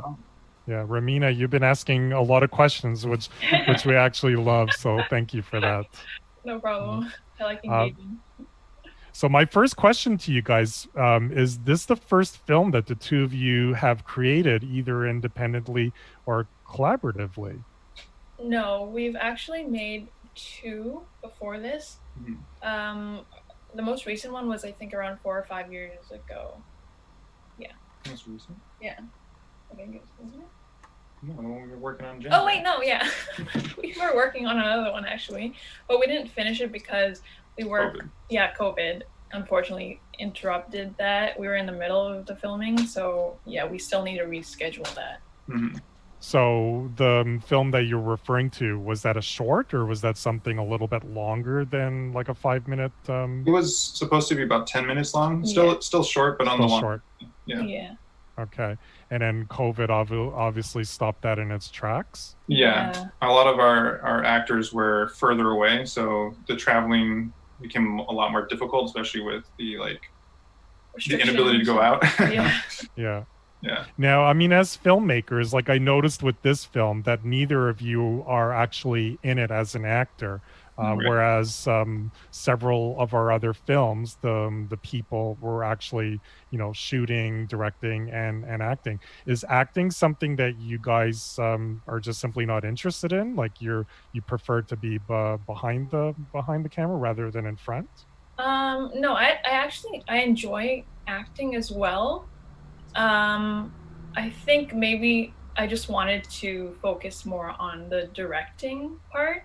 And I guess I'm not just as confident with my acting than I guess just viewing it from behind the camera, So yeah, that's for me. But. Yeah, for me, I have a little bit of experience acting, but I tend to feel more confident with writing and helping produce content. So that's more the role I took for this one. Yeah, there is something to be said about acting. It's not as easy as people people say they think it is. So. It's very difficult. It's very different mind shift, I find. Because I have acted before, but yeah, it's different. Yeah. It's good though. It's challenging. For sure. Now with The River, what can you tell the audience about what they're about to see with this film? It's basically a small confrontation that is the result of poor communication. That's the simplest way to put it. Okay, and I'm actually going to ask you questions about that, Chris, after the screening, because I know based on your bio that seems to be something of high interest to you. So that was actually going to be one of my questions. So look forward to it. Yeah. So let's Shaheen, let's have a look at the last film of the afternoon called The River.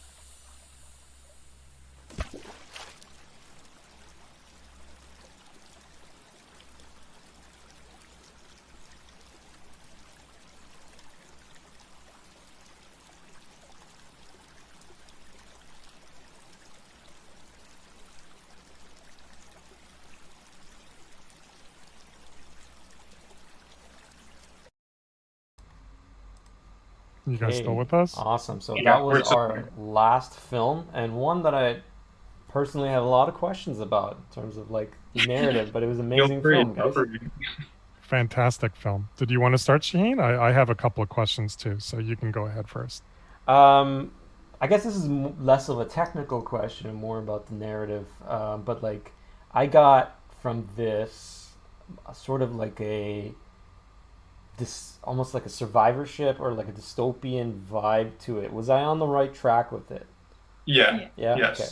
Perfect. Post-apocalyptic, I think we were both saying. Yeah, protagonist, so to say, or first character seemed to have like a, you know, very independent, strong character, sort of on their own in a survivor type of way. So I was hopefully on the right track as I was following it, and that's a good thing about film is like there's so many different interpretations of it. So good to know I was close. Yes, absolutely. Yeah, that was the goal. Obviously, there's some limitations to like how close we can get the setting to what was in the script, but I think we managed to find like good spaces to use just to get across that feeling. I think it worked. Now, Chris, you were the writer, but Romina, you were the creator of the story. Is that correct? So, Not created the story. I just directed it and filmed it and edited it. Yeah, Okay. it was my story. I wrote it and then I helped produce it. That was the roles I took for it. Yeah. So, I mean, based on each of your bios, you know, when I'm reading your bios, the two of you seem to have very varied interests when it comes to themes in filmmaking and in life in general, it seems. So when you guys were making this film together, do you feel like the film hit all of the major interest points for each of you? Definitely for me, I feel like some of the decisions for the craft of it, like Romina's decisions to like keep the sound very quiet, keep everything very still feeling that really drove across my interest in displaying a different type of breakdown of communication. Because I find very often when you're dealing with communication, especially in post-apocalyptic scenarios, it's very it feels very like primal, and this feels almost meticulous to me, and that's kind of what I wanted to go with it when I wrote it. And it's interesting that you mentioned the sounds, like the silence of a lot of the film, but then yet we hear the water, you know, rippling down on the river and all of that, and it kind of added to the eeriness of the film. Thank you. Yeah, Ryan actually, Ryan, our last filmmaker from Lovebox, has commented that he likes the pacing, and as we were just talking about, the lack of music. It really added to the tension. Again, that was a decision by Romina. Yeah. Yeah, I found that I found more like ambiance sound, and I thought I kind of treated it like music because I had like variations of them, and some sounds with the wind, it was deeper, and then some was higher. So I treated it like when there was more tension in certain scenes, I would place like the deeper sounding wind, so it would kind of act like music, creating that tension. Now, Chris, remember I said I was going to ask you about this communication stuff, right? Go for it. So in your bio, I want to quote something. So, quote, showcase the delicacy of communication. And what I found most interesting about this film was what we've been talking about the last several minutes, was the apparent lack of audible communication. So, you know, it was a silent film. So obviously this was a very intentional creative decision on your part, but also Romina's. Yeah, I think we both decided, like, I pitched the idea that there would be no dialogue, and I explained it to her because I feel like a lot of communication, when you use dialogue, it comes across more in the words that they speak, and rather than the way that they embody those words. And I thought it would be, given the scenario, it would be more impactful to have the words come through more in their intent and the way they move and how they act in the situation than with actual words. And Romina liked the idea, and we tried to figure out how to best capture that without having to rely on dialogue. Yeah. That's actually something when I'm doing my screenwriting workshops, I do emphasize the fact that it's oftentimes a lot harder to write a screenplay, a story, where there's no dialogue, because now you're having to write very visually, where you're having to make the character do a lot more things. Yeah. You know, sometimes dialogue is kind of like, you know, the safe way out sort of thing, you know? It can be, yeah, for sure. Yeah. Do we have any questions Yes. from Ali, okay, good. Ali from Aren't You Sweet? Awesome film that we just saw earlier. Yeah. He wants to know, what was the thing floating in the water? That's something I'd like to know as well. That was basically a makeshift filter. That was something we tried to make one ourselves using an actual guide. We didn't have all the materials to make it, unfortunately. So we were like, we don't really want to confuse people by giving too much information about it and not really explaining it. So we took the more less is more approach with it, and to try to drive the curiosity without making people go what the heck, yeah. But essentially, it was a water filter. Yeah. And is that sort of for the lack of potable water in this environment that they're in? Yeah, the idea was that the protagonist, as she's traveling around, she did not have a reliable source of water, and so coming upon this potential source of water would be something that she would go outside of her comfort zone to attain. Yeah. Yeah. Excellent. Thank you for that. Any other questions from the chat? Just that Ali really loved the feel as well. I love the feel of it. Filmmakers kind of, yeah. Well, we just want to thank you guys for sticking with us to the very end and for being with us today and submitting this incredible film. Is there anything in closing you'd like to say, or? No? Not exactly. I enjoyed watching all the films, and yeah, I would really love to participate next year as well. Absolutely. We want more films every year from you guys. Definitely. If possible. Oh, there, yeah. Yeah, thank you for having us too. Yeah. It's my pleasure. Thank you. Thank you. Okay, folks. So we are now heading into a break.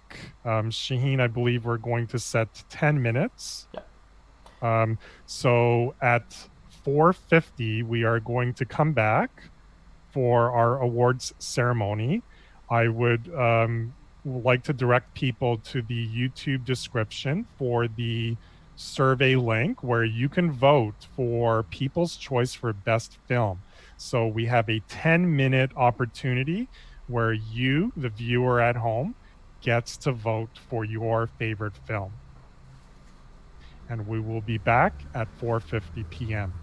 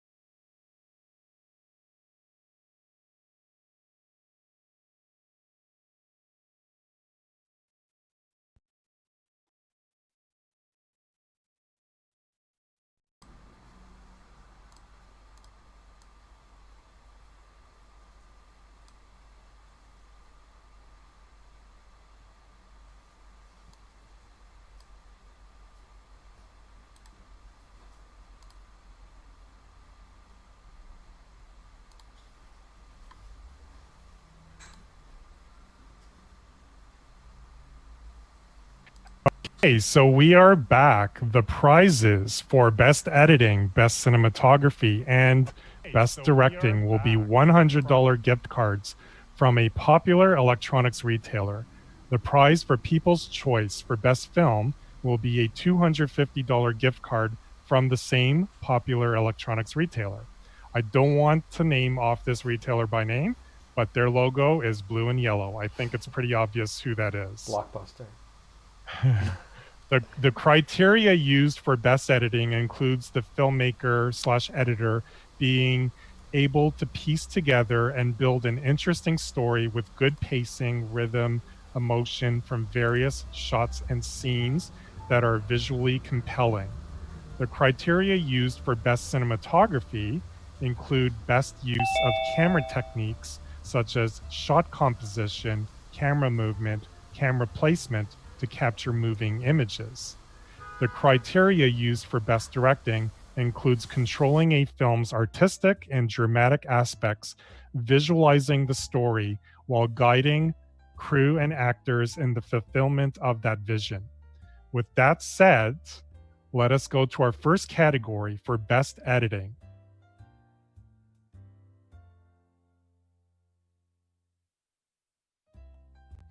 The award for best editing goes to A Penny for Your Thoughts by Tashinga and Tiara Suluma. Congratulations, guys. They're not in the Zoom call, but we will be reaching out to you guys to set up how you can pick up your prize. Next up, let us go to our category for best cinematography. The award for best cinematography goes to Love Boxes by Ryan Beaton, starring Sophia. Congratulations, Ryan, Sophia, and Nicole for Love Boxes.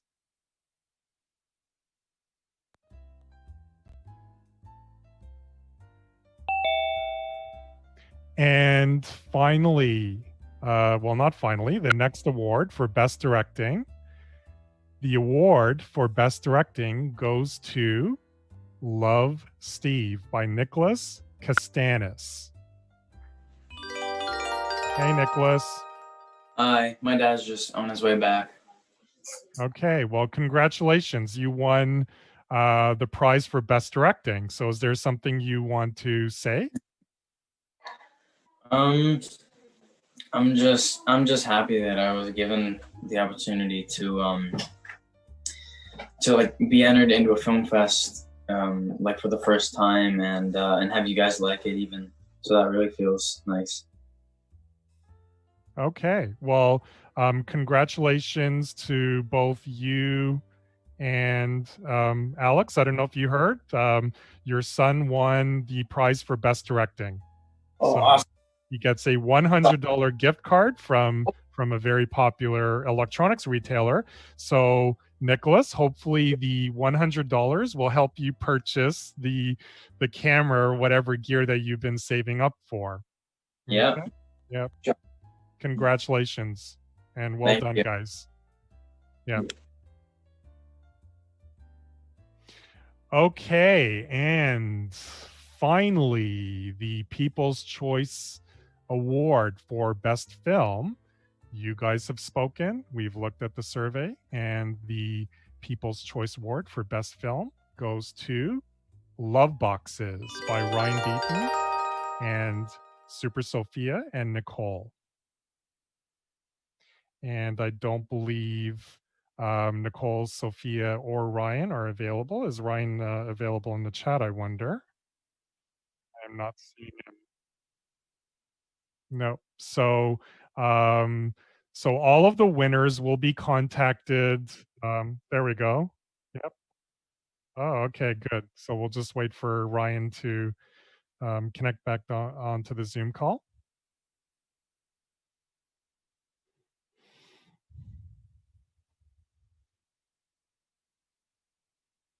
And we'll just wait another minute or so. It's been quite the event, Shaheen.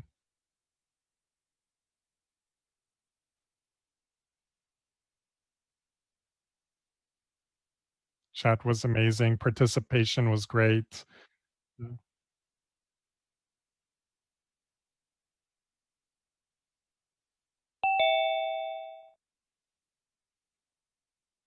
Thank you very much. And you on the control deck.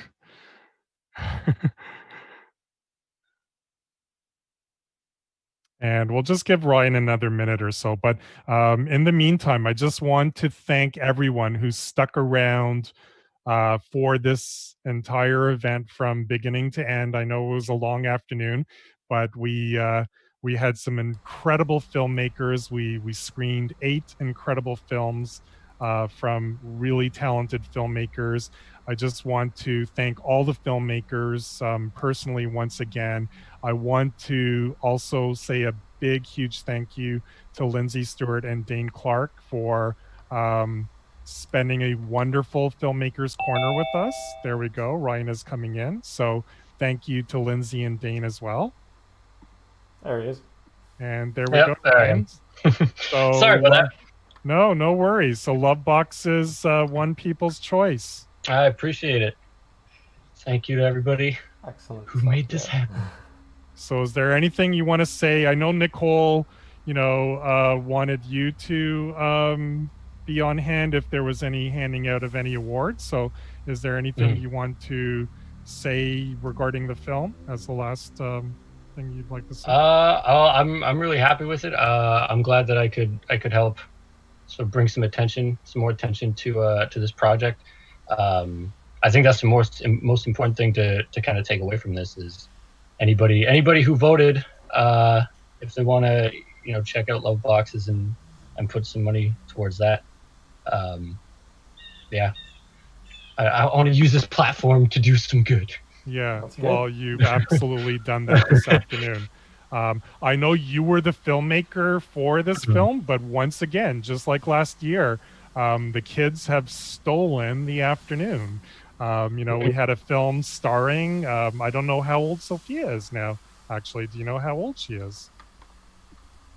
I think she might have just turned 11. 11 or 12, I was going to say. So just like last year, the youth have stolen the afternoon. So Love Boxes won 2 awards. So I just want to congratulate you, Ryan, and Nicole and Sophia. Thank you. And thank you once again to everyone for sticking around for this entire event. Thank you. And hope to see everyone again next year, hopefully in person. But if we do this event in person, we may actually try to attempt to live stream it again. So thank you to Shaheen for doing the control board. And yeah, that's it. That's all I got. Yeah, cool. Thank you, everybody. Like I said, especially in the chat, thank you so much. All the great questions. Ryan, great job, and all our other winners, really great job. Kahan, thank you so much for doing all this today. Thank you. And yeah, hope to see you guys next year, same time. See you guys all next year. Stay safe out there. See you later. Thanks again. Bye for now.